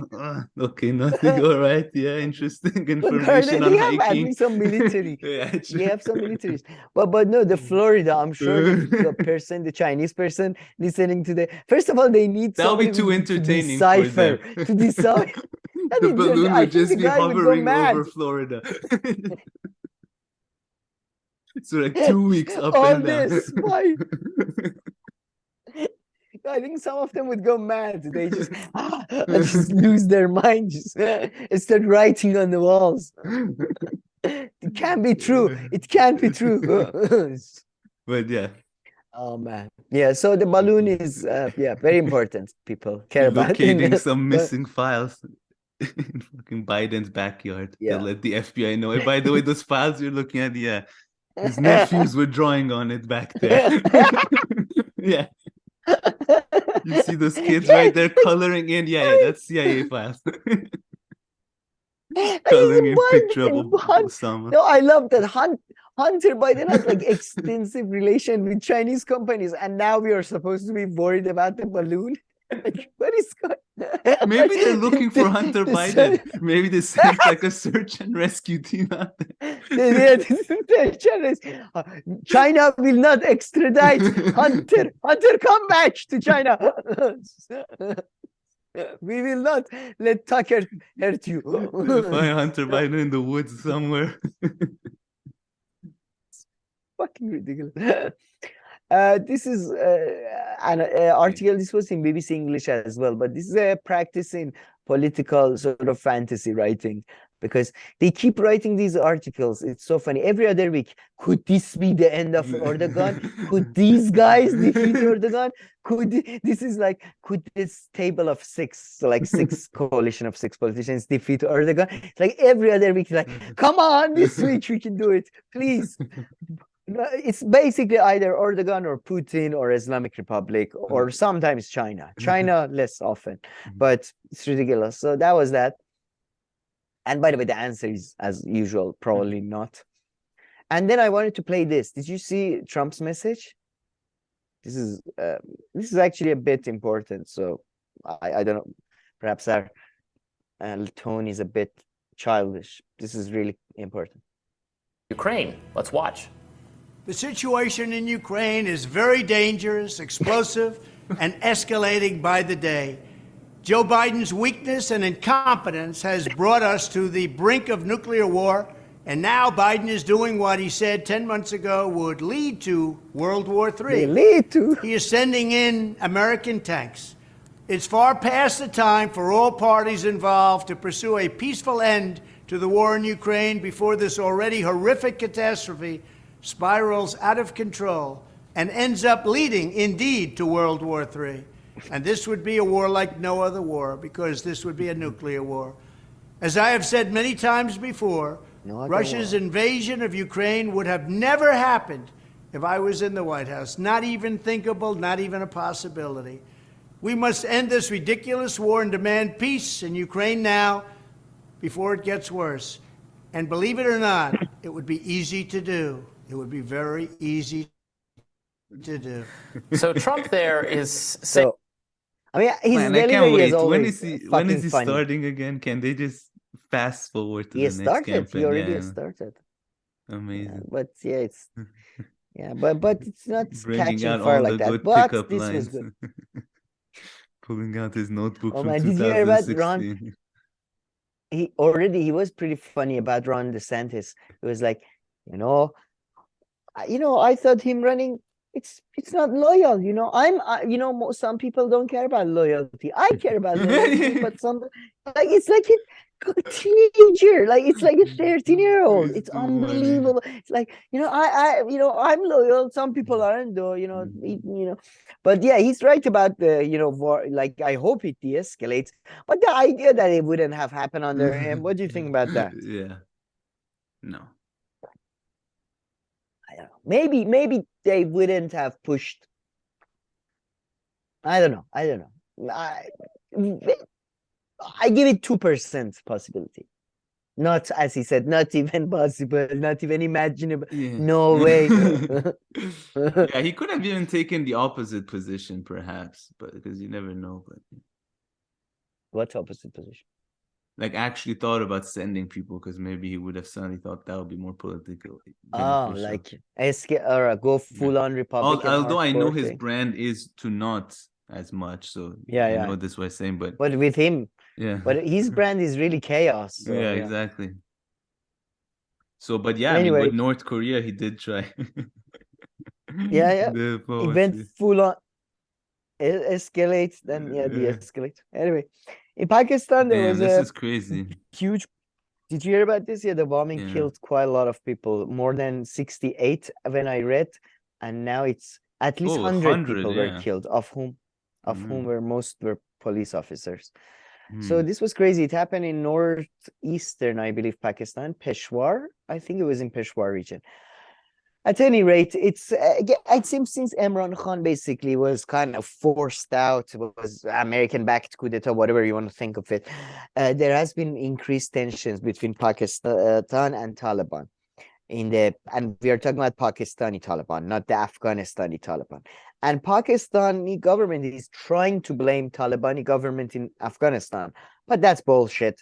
I mean, the Talibani Afghanistan barely can pull up their own pants at the moment, so it's most likely Pakistani Taliban, and they're upset because Imran Khan is gone. And it's mostly to do with basically their people in military and who gets what job and what position. Interestingly, though, Pakistan has been appealing to both Kabul and Tehran for more support in fighting Taliban. And both Kabul and Tehran have a currently very bad relationship with Pakistani's current government. So we'll see, but very tragic as always. Pakistan is, and by the way, I'm sure you heard, but many people haven't. There was a huge, what do you call it, wave of cold. And I get to earthquake too, and it was in Afghanistan more than Iran and Pakistan. A lot of people froze to death, lack of infrastructure, lack of heating, basically, and most of the people who died we don't even know about, so that's lovely. But in Iran, as you said, there was also, I thought I might have a picture of that. There was an earthquake in northwestern Iran in the Turkish Azerbaijan region, Khoy, and it happened at the same time as the cold, so a lot of people are suffering here. That's it. And it's been, by the way, as always, it's become political. People only basically in Iran right now trust football celebrities to and give them money. Government blocks their accounts and says, no, you shouldn't give them, you should give them to governmental accounts, and then nobody gives them money. So people organize their own like vans and they go and help, and it's it's very, very sad. It's very bad. And yeah, I have to say, I mean, there is a lot of also multicultural help from all over Iran in these type of things, so that's lovely to see. As you can see, people are here with blankets, and it's minus, by the way, in these places. In Tehran it got to even -9. So in Khoy, which in these places are much more mountainous, and I think in higher, so I think it's probably, I don't know, very, very cold. We are talking very, very cold. Also, the tensions between Azerbaijani government, Republic of Azerbaijan, the fake Azerbaijan, and Iran got heightened. They don't accept Iran's explanation that it was a personal thing. They say it was a terrorist attack and Iran should respond to us. They are using it because this has been I think it's bullshit. I think it was probably a personal thing, although there is no doubting Iranian government's incompetence and lack of care. That's true too. So, but I think, they're using it because that's Azerbaijani government's whole shtick following the Soviet collapse, has been going for pan-Turkism and super-nationalism of Azerbaijan. So, I think that's they're trying to, promote their own ideology in Iran, abroad, at home. I doubt it's really, and pan-Turkism, they're much closer to Erdogan and they have problems with Iran. I don't know. So, do you think this could be a conspiracy? No, conspiracy? Iran. Because the story from Iran is that the guy thought his wife was in Azerbaijan. That part, okay. That's why he attacked. But no, it's an Iranian spy and wanted to expand Iranian influence in Azerbaijan through attacking their embassy in Tehran. That's likely. Yes. Did you learn that strategy on a leftist YouTube channel? That's the kind of advice you would get there. He's been watching RBN. Got some bad recommendations. Oh, but the whole story is about the fact that this guy thought his His wife was was being held captive in the embassy. in the embassy. Yeah. But which is, I'm And sorry, then he but had as his a thought, kids in it the plays back, so you much said, right? in the car, yeah, in the Yeah. car when he attacked, and the car rams into a parked car when he attacked. And this is not helping with Turkish stereotypes, I have to say, because Yeah. in Iran, the Turkish stereotype is that there are hotheads. And there is a famous, I don't know if you've heard this. This is an old man's joke, but it's an old man's joke that a Iranian, Azeri, Turkish guy, they are famous for being super, super conservative about their ladies, right? And Rashtis, do you know Rashti? They are from different city. They are northerners, you know, they're northern. They're famous for being basically very loose with their women, right? And then the Rashti guy goes to a classes to how to control your wife or how to control your partner. And he comes back home and he sees his wife is just getting ready to leave the house and not asking for permission or anything and stuff. And it's like he's a traditional man and this is wrong. And he's like, "Where are you going?" And she says, "I'm going out with John." And he's like, "Okay, you go out with John, you come back with John. You don't do anything else." This is after classes. And then a Turkish guy goes to the same classes. Turkish guys are already hot-headed and they don't let their wife go out and stuff. He goes to classes, he comes back and he's having a dinner with his wife. The Turkish guy is having dinner with his wife and and all that. And the wife sort of just puts the dishes aside and starts to get up and says, "Where are you going?"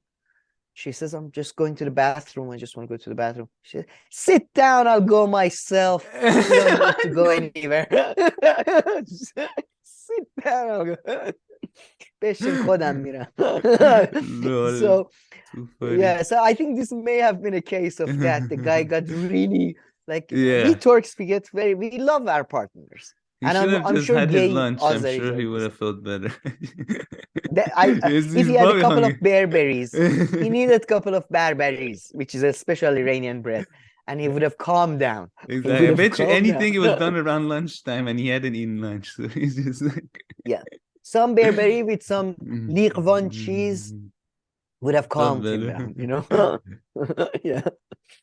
Not helping us, buddy. On a more serious note, though, talking of food, this man was an interesting case I wanted to show you. This man has been doing what you call it? Hunger strike? Food strike. Yeah, hunger strike for a couple of months now. And this was his looks originally, and now this is how he looked like. And Islamic Republic used to love him. They used to publish him in all their newspapers and all that when he was criticizing Trump. They loved him. But now he's been turned into this in the prison. And he's one of many. There are many other. This is about the history. This is another lady who did this for some other cause around the world. But yeah, so he's been in the case. He sent messages from the prison. People are hoping he might get released this week or something at least. Although he said he wouldn't even he doesn't want to get released. He's doing this for sort of personal freedoms. On a more sort of international aspect, though, there was I don't know if you heard, there was a whole, again, sort of a kerfuffle about the Iranian nuclear program. The IAEA say that they found some levels of uranium that's enriched to a level that is military purpose. Iran says that the inspectors have made mistakes, and US and Europe obviously are taking IAEA side, and I haven't heard from China and Russia yet, but I assume they're gonna support Iran a bit. I don't know, did you hear about this at all? No, not at all. No, didn't follow and much news this yeah, past sure. week. I would say Iran is also criticizing IAEA for lack of professionalism and saying that how come Iran's report all get sort of publicized even before IAEA's actual report comes out, which happened with this as well. I think it got leaked before they actually came out and said. So, and by the way, there is one about the uranium. There is also another problem about regarding the connectivity of the nuclear facilities or something, which I'm not perhaps best suited to talk about. But that was it, sort of, and there was the terrorist attacks that. Oh, I forgot to talk about this. Let me see. You remember the terrorist attacks in Iran that happened within terrorist attacks with series, in 3 different cities. So as I said in the video, people were already accusing Israel of being behind the attacks, and this is what this Professor Lindsay video is about as well. If I can find it. It was no. Yep. Here. So yeah, this is what it's about. But then before any real official news or any analysis or anything comes out, guess who came out and claimed responsibility? ISIS? No. You would have thought. No, not them. Obviously not them. The people who right now, anything that happens pretty much in China, Iran, and Russia, they would say it's us. Not so much maybe China. Ukraine. Really?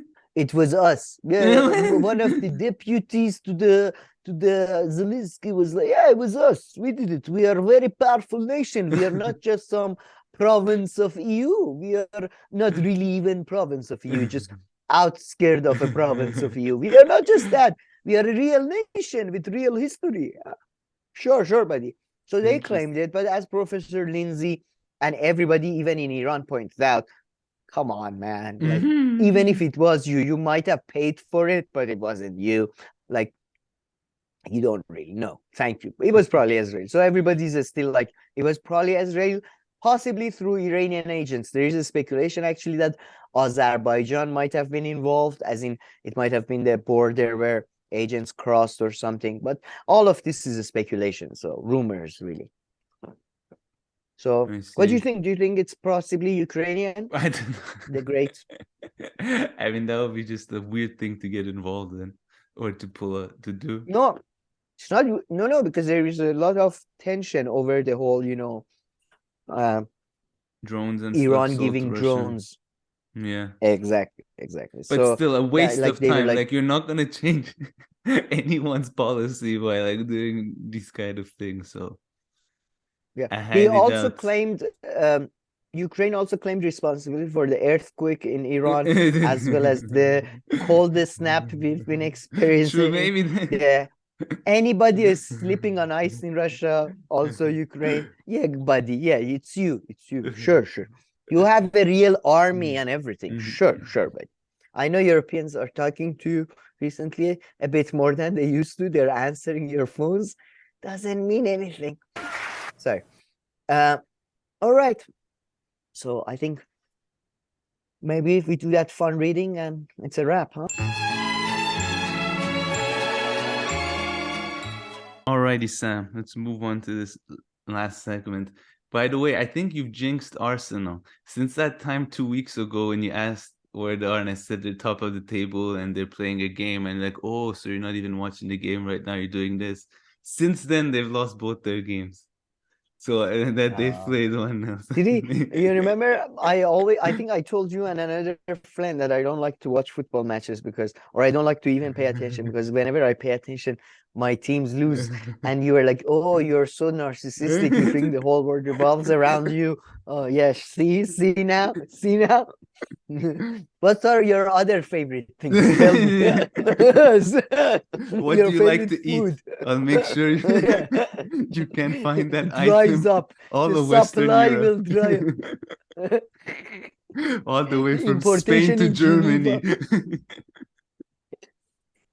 I'll touch it and it will be. But anyway, so yeah, you have a fantastic did you find article. some good things here? Oh my! I love. Look amazing. at the sub headline. Anyway, I'll let you read.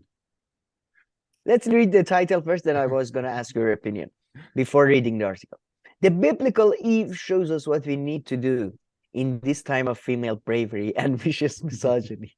Sorry. In this time And of then vicious author misogyny. in the this time, as opposed to all the other times when Mhm. females were not brave. First of all, they were fucking cowards in Yeah. the other times, and misogyny wasn't vicious. It was Yeah. just misogyny. Man, there's like this The video author- going around on Instagram, and Mhm. it's like it says like the text says like, you know, back in the day men treated women differently, okay? So kind of like in a way like, oh, back then they were respectful.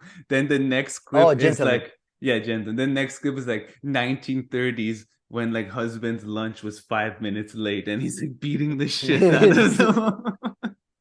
Jesus Christ. Yeah, I know.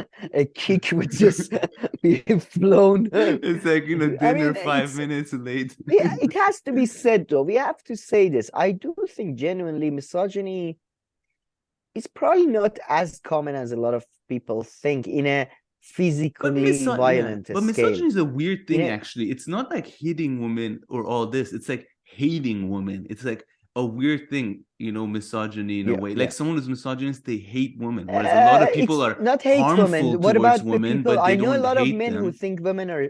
No, but Or I know maybe a I'm lot of giving a men, weird and this was definition. really. No, hate is, I think, part of it. But besides hate, I know a lot of men, and this is more the case than hate. They really think women are stupid. I've seen Okay, quite a lot. But They- would you? I don't yeah, know. Especially, no. I have to say, But with- I would categorize that I've as seen it more in sexist. Iran. Sorry. I would categorize that as sexist. Wait. Okay, I would say that's misogyny as well. No, You know, No, like I for don't know. me, there Okay, was the misogyny- perfect misogyny. Right. There was this guy in LA like 10, 15 years ago, and his dad was related also to like the production of what's that show, that TV show, the very big one. So he made national news and everything. Friends? And no, the one with the dragons and shit, HBO. Oh, House of Game of Thrones. Game of Thrones, Fuck right? you, man. And that this you don't know this. and My this favorite, I university talked to him kid, like 6 years and this about university kid goes and kills 3 girls in his university, right? Jesus Christ. And he really hated girls, like everything that he wrote and stuff, like he hated girls. And back then the headline was that he was a misogynist, and he was the textbook definition. He hated girls because none of them would go out with him, but he actually hated like women. So like I feel like, whereas what you described, like never people thinking that women are stupid, was- that's like sexism, I would say. Okay, fair. Okay, I see what you mean. You're making misogyny much more of a sort of hatred focus. Which makes it Fair a kind of enough. Okay. useless thing, because very few people hate women. Like, you know, like what does that even mean? Well, it seems to be the case you say. Was he a teenager or a young person? Yeah, university kid. Yeah, early university. Okay, so there seems to be a trend of young men in all over the world. It's like in not in America, it's gun issue, but in Pakistan, in Iran, in UK, in some other countries, if you look at it, it's more acid sort of thing. Like Yeah. when they lose their lover or they love somebody who doesn't love their back, sadly they use acid to disfigure their face. And it does seem to be, that's more like, I feel like that's a very age male specific thing, first of all. Like as Interesting, like it does seem to, as soon as they reach 26 or past that age, it does seem to, it doesn't mean the hate or the thing goes away. It just is not as violent. It's much more subdued in a way. So that's one thing. But I would say I find that so weird because like, you know, they show these boys, and I remember one of them, they had the one who was in a car and went to, it was this case, it was in a university, he killed a couple of people. Chapo Trap House guys, I think, talked about it. And I think that's what they said as well. What I find so weird is that they are doing the exact same thing. Like, they would not sleep with, like, their whole manifesto, his manifesto was about how women all ignore me, all they care about is like hot guys who are in football teams and are rich and blah blah blah.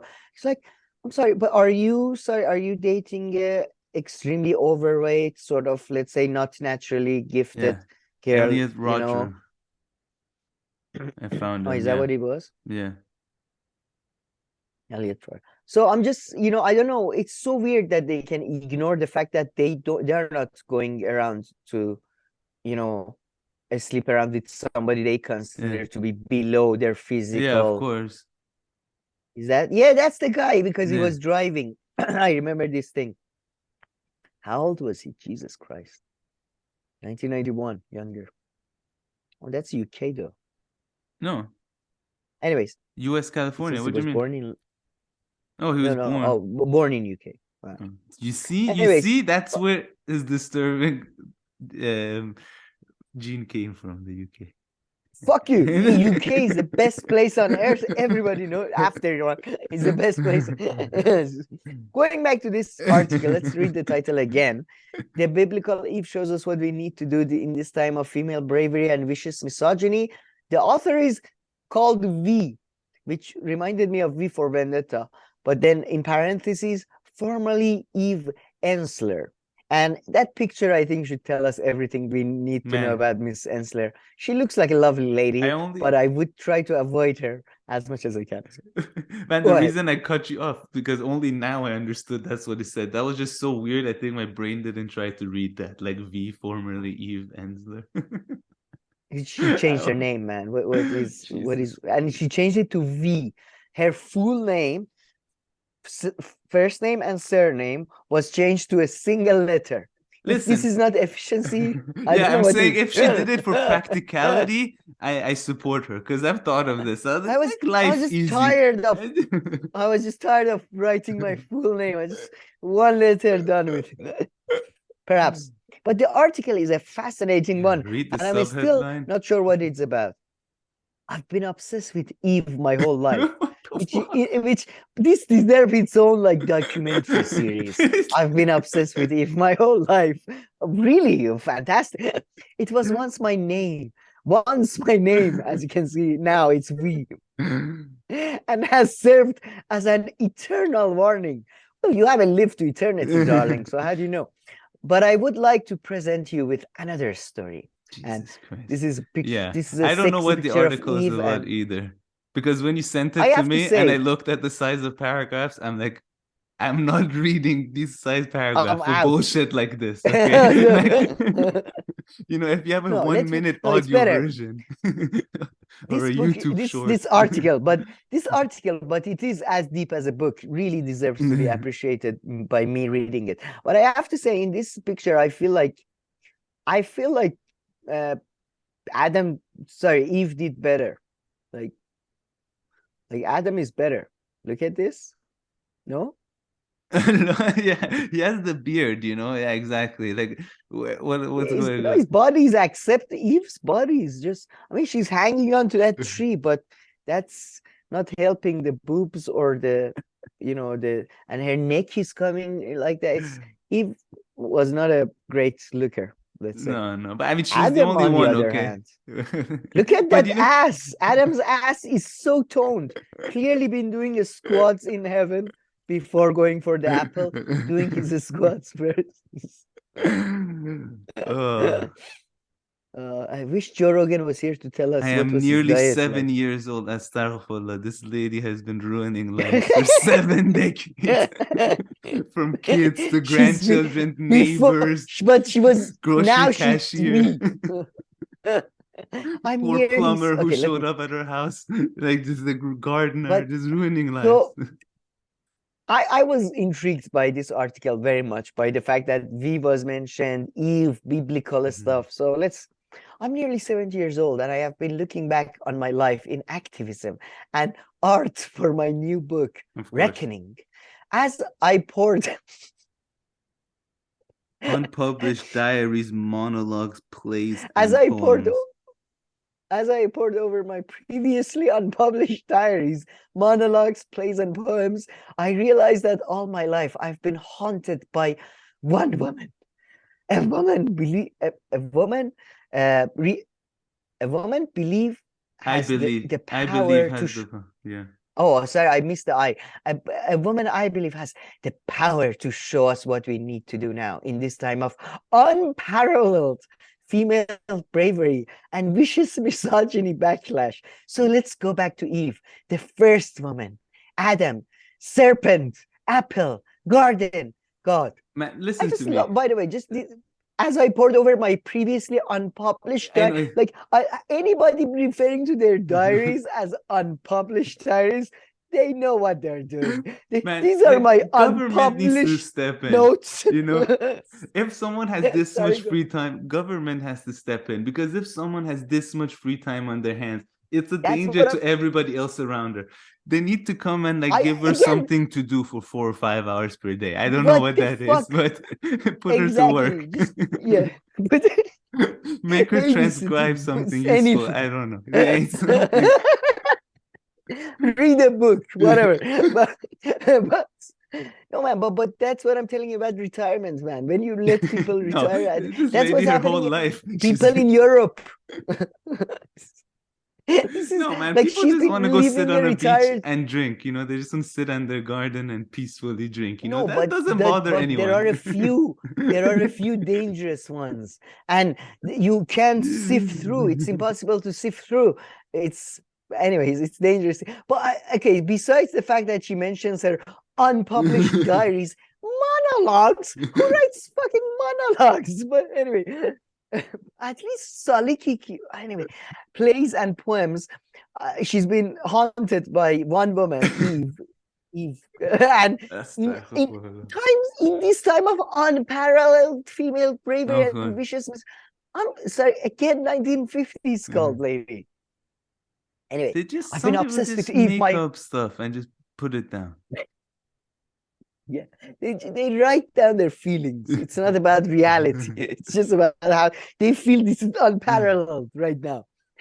I have been obsessed with Eve my whole life. First, of course, it was, sorry, what is it? It was, can you read it? It was, here. Sorry, I've been obsessed with Eve my whole life. Which, by the way, Eve, watch out. This lady is crazy. All around in heaven. She gets a stalker. I think, yeah. She's gonna stalk. If Eve is after you. First, of course, it was once my name. And for 6 years, I think she really likes the name Eve. Anyway. And for 6 years old, it seemed ridiculously impossible to be named Eve.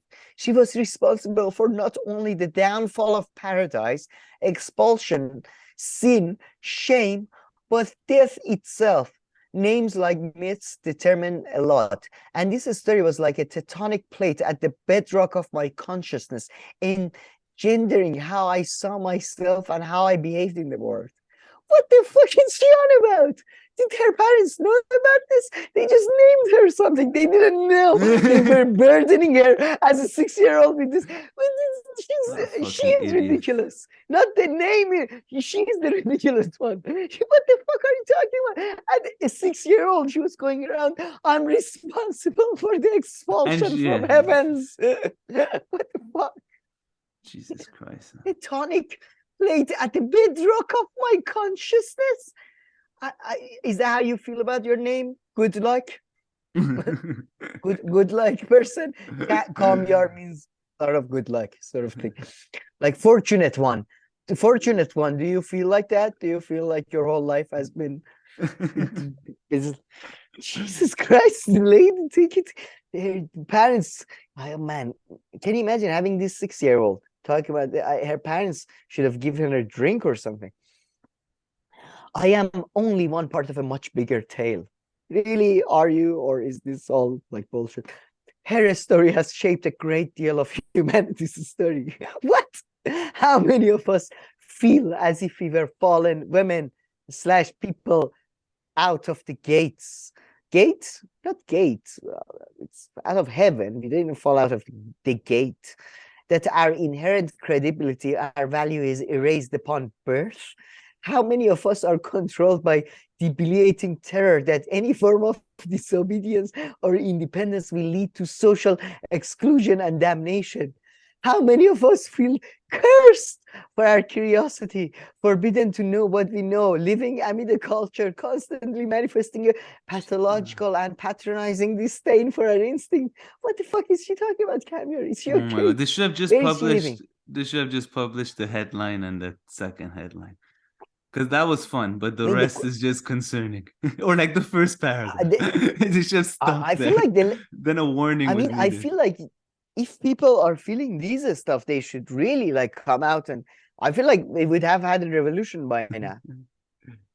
And then she goes on to say the myth of Eve has served as an eternal warning, an electric fence around our psyches, zapping our impulses to revolt or question. Do you feel like that about the Eve story? Do you feel like that's kept you from truly? You're really getting angry. Okay, I don't know about you, but the serpent has figured highly in my life in forms of lovers, sex, drugs, rock and roll, which, by the way, very doubtful, need evidence for sex, drugs, and rock and roll part, because frankly, you don't strike me as somebody who is taking life this easy. What is she talking I think about? many of us, I think many of us have been constantly ingesting things that are stand-ins for apples, but always with a sense of being wrong. Our life force or hunger to be, our erotic reckoning impulses. Reckoning, she writes with capitalized to sort of, she's trying to mind trick you, to buy her book, basically, have been distorted through this cellular shame and distrust. I don't know, what is the cellular? Is that talking about the movie industry? I don't know. So I would like to present you with another story about Eve. I believe Eve ate the apple because, like many of us, she was trying to remember the other story. The story before the trauma of brainwashing and massacre. The story before they shoved things into our sacred holes. Lady, calm down. It's a family program. You're not talking about your sacred holes here. Okay? And cut the tip of our clitoris. Oh, she's talking about. Cut the tip of our clitorises where divinity lives. Divinity? Are you sure about that? Before they shaved our fairy nests and choked the throat of our sons before they called us hysterical and intense and emotional, before they beat boys for crying and wanting to wear dresses, before they stoned us for uttering the words of our mothers and drilled down into us, rob us of our moist I'm gonna have to stop you there. secrets. Moist and fertile secrets. They shaved our fairy nest. I mean, do you see what she's doing with the fucking puns and the metaphors here? And these Guardian editors, they read these and then they publish them. They read them and then they publish them? The Guardian. But let's just read the last two paragraphs. I think sums up what she gets to. Eve asked neither Adam nor God for permission. She knew what she had to do. I mean, she was informed by a snake, so I don't like, it's not like she came to it on her own. And I believe she must have known, at least instinctively, what could have followed. She knew she risked their disapproval, and somewhere in her, she must have known her legacy. She's adding, she's editorializing, she's writing a spin-off at this point. Like, she knew, basically, her legacy, her legitimacy, and name could be ruined. And again, by the way, people can correct me if I'm wrong. She's considered like a relatively positive character in the whole saga. Like, that's not like the biggest thing, the whole Apple thing. And then they go to have children and all that. Anyway, she could be expelled from the comforting marriage mirage and guardian of patriarchy, but this didn't stop her. She was a whistleblower. Oh my God. She was in the wrong garden. She ate the apple because her hunger for justice, she really took the metaphorical, like, writing to the next level. Ecstasy, connection, pleasure, equality, love, and was massively alive in her. Eve is alive in us now. We are on the brink of remembering. They're remembering. Sorry. To do this, we must openly, unashamedly eat the apple. I hope that's a metaphor for eating the pussy. This involves ingesting all that catalyzes and provokes visions and imaginations. Yes, it does, if you do it right. It means educating ourselves and looking deeper into the stories and myths designed and sustained by the powers that be. That's what she said. We are Eve's children, daughters of our Black African mother, Eve. I mean, the black part, I feel, again, you're throwing this in there. revolutionary Eve, who ate the apple that unearthed the first garden under the imposed and constructed garden. Eve, who ate the apple as her hunger for truth was our actual path, and now we must fulfill her legacy. Eve, mother of our freedom, ate the apple to liberate us in this world, our world. This is our time. Eat the fucking apple. Oh my God. Yeah. I feel like she was forced to change her name to V by somebody, and she really wants her name back. That's the impetus. That's it feels. possible. Oh my God.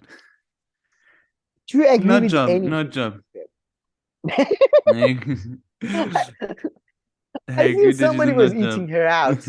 Somebody was eating her out, and you're like, pussy. I mean, the level of the metaphors about the pussy and the fairiness of the pussy, and it was unbelievable. Like, it was just, are you allowed to do this in like a proper Guardian? Makes you think. Never, it's in the I don't comments think I section. Guardian.com comments free. No, like if you read the URL on top. Oh, yeah.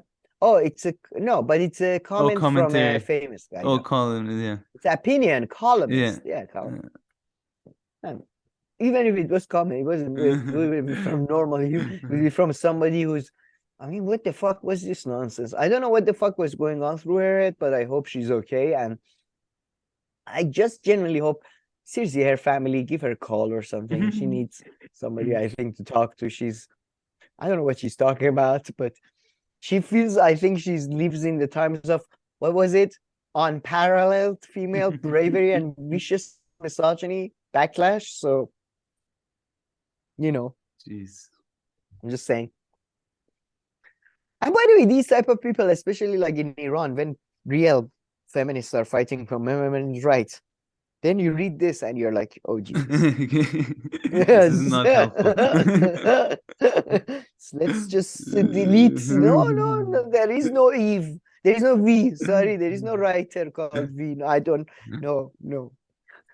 Anyways, so I thought in a new format, I leave the chit chat for the end when we've actually done all our shit. So how you doing, House? Anything you want to add to any of this? How's life? No, it's good. I would add, but yeah, nothing. I'm gonna go to a friend's birthday right now, celebrating birthday, which I'm pretty excited because the person, I don't know where he got this very mature idea, but he said come for like a brunch kind of thing, and I'm a big fan of daytime activities, daytime eating, daytime drinking. Are you? Rather than I had no idea. Yeah, rather than show up at my house at 10. Okay, that's bedtime. Are we having a sleepover? Yeah, I forgot. Yeah, you do have an old man habit of, what, 8 o'clock I feel is really late, guy. Yeah. Are you sure you want to party now? It finishes at 8. Okay, yeah, for sure. Yeah. It starts. I'm in. It starts 8 a.m. Okay. So do I have the hot chocolate now or later? Because I want to go to bed. But brunch, I feel I like daytime. I like to start early, like 5, so I can go home by 9. But yeah, isn't but like it's a brunch Sunday. I feel like no Sunday alcohol? you can start even earlier. No. You can. This is Oh, Switzerland. As Sunday? soon as Yeah, the you're sun right. is You're up, right. Sunday. you can I mean, start I'm drinking myself, but yeah, man, it's so funny, man. In Germany, I walk my dog at like 10 o'clock, and like the grandpa and grandma are like on their second beer. I mean, they have been up since 5, so I mean, it does make sense, They had their coffee, they had their breakfast. I mean, frankly, they are moderate. They are very moderate in their drink. I would have been on my 4th beer if I were their position. I remember Germans when I was in Germany. They told me this rhyme that was, I forget, but it was like, after you can't drink until 4, after 4 it was something that in Germany especially, I thought Swiss might be the same, that after 4 o'clock it was especially like cool to drink, okay to drink. I would say not at all in Switzerland. I mean, in Switzerland it's so common for different kinds of people to, on a work day, drink at their lunchtime, like publicly, whether that's office people or like laborers. That's true. British for lunchtime. They have a beer In with lunch, Canada, but I no, wouldn't call that there drinking. it's haram. That's different, though. That's Canadians and Americans, man, they're fucking worse than Iranians. They're like, swear to God, most Muslims aren't as like restrict about alcohol, I think, as these guys. And some Scandinavians, man, they're crazy too. Oh no, we can't drink too much. Oh, alcohol every night. What? Yeah. Like, what are you talking about? And again, I don't count like with your lunch drinking is not really drinking. Okay, yeah, if you like start drinking. Yeah, but I mean when it's nice and stuff, people definitely, I don't feel like that's a taboo. They're out. When it's not nice, I don't know what they do in their homes. But when it's nice, I see them out there in public drinking. You know, I found this out. I had a friend from Belgium, and apparently Belgium has a huge drinking problem until recently, even with drunk driving and stuff. You see, I can see that. But how about you? What's good? No, just, usual classes. Do you have any left today? I have 2 classes tonight. 2 classes. Yeah, I have 2 tonight. You're really on Batman's schedule, huh? You and Batman, you start office hours at the same time, from 11 to 7 a.m. 11 p.m. Oh, it is just at 8 and 8. Imagine if you were at a university and you had office hours, like the students would come up. Shit, Sir, there's a mistake here. It says office hours Tuesdays from 3 a.m. to 4 a.m. I think you meant 3 to 4 p.m. No. If you want to see me. 3 a.m. The weather is fantastic at that time. It's quiet. It is, though. It is. It's so much better, man, if you arrange your life in a way. But I have to say, my students appreciate it too, because they work as well. So yeah. I don't know how they're work at that time.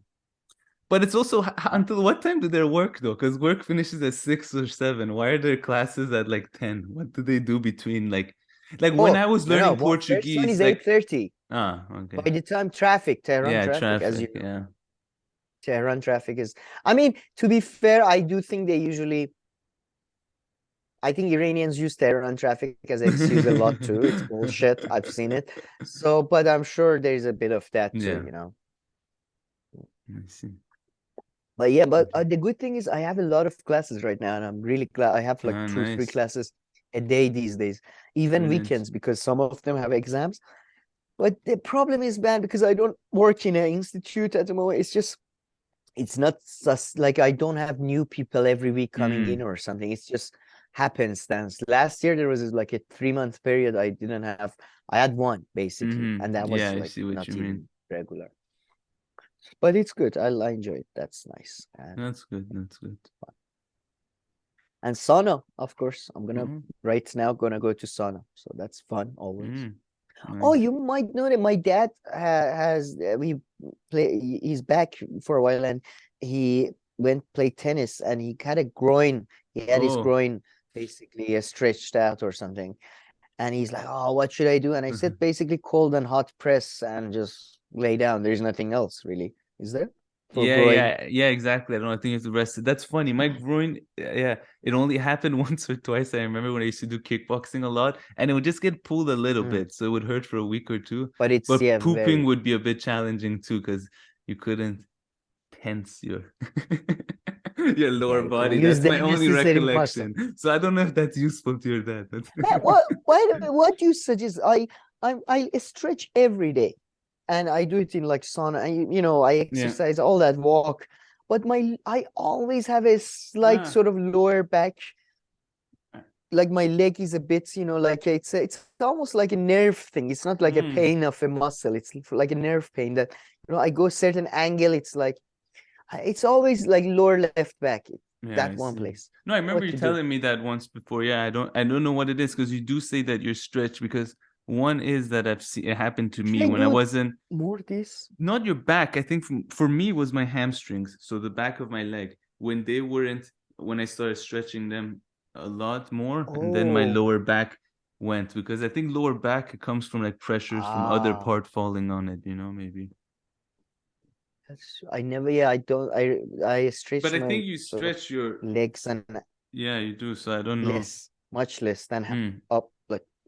Yeah, I don't think upper body stretch would fix your lower back. It's probably more linked to like your hamstring. I keep doing this, I Yeah. keep sort of putting something in the middle and sort of trying to No, bend try myself stretching your backwards. hamstrings, or maybe Google that. Sure, or before you go to do a it. doctor. Is that what you're saying? Yeah. It seems you're very bored Man, by this. no. I'm trying to get free help. No, but you know Sam, you could go to a physiotherapist. I know you told me about this before, like 3 times, and I said it before. Physiotherapy. I'm not a physio. Man, have you It's a realized how show. in It's Always Sunny they like deliberately give like the worst type of old school like stretching or like Advice? weightlifting advice ever? Like in this episode, Frank tells Dee like how to do squats or stuff, and he's like, yeah, go all the way down, all the way, then hyperextend and lock your legs. Make sure and at first he says, put all the weight on your neck. I didn't remember this. He says like Make sure it contacts your bone. Yeah. Have you watched that episode yet where No, Dee's being trained? no. Yeah, it's like the next I one. look for that's one of my, from nostalgic or Frankie whatever. I Fast really Hands. love that episode. Yeah, that's they make fun of the $1 Million Baby Yes, Clint Eastwood movie. and also what's it called? Fight Club. Like they're trying to get Charlie to get ready. Oh yeah. For a fight. I don't remember the plot piece, Charlie plot at all. I remember I remember Frank and his enemy, and his enemy had a daughter, and I was so stupid. Exactly. But so good. Man, I really hope that show is much more successful than this, because So hopefully people much more fun just watching it It's out. Always Sunny and check it out. Please, people. But but okay. On that note, All right. I gotta bounce. Thank you everybody for watching. Please like and subscribe. If you have any comments, questions, criticisms, please make sure to leave them below. And hope you're not being spied by. Be careful out there. There are balloons, guys. Be careful. It's national security level. They're gonna report to the communist office if you're not taking care of your garden. All the lawns that have not been mowed, they're gonna be reported. And let's all hope Hunter Biden gets to safety. That's what we all hope for right now. Yeah, look, they're looking for Hunter Biden.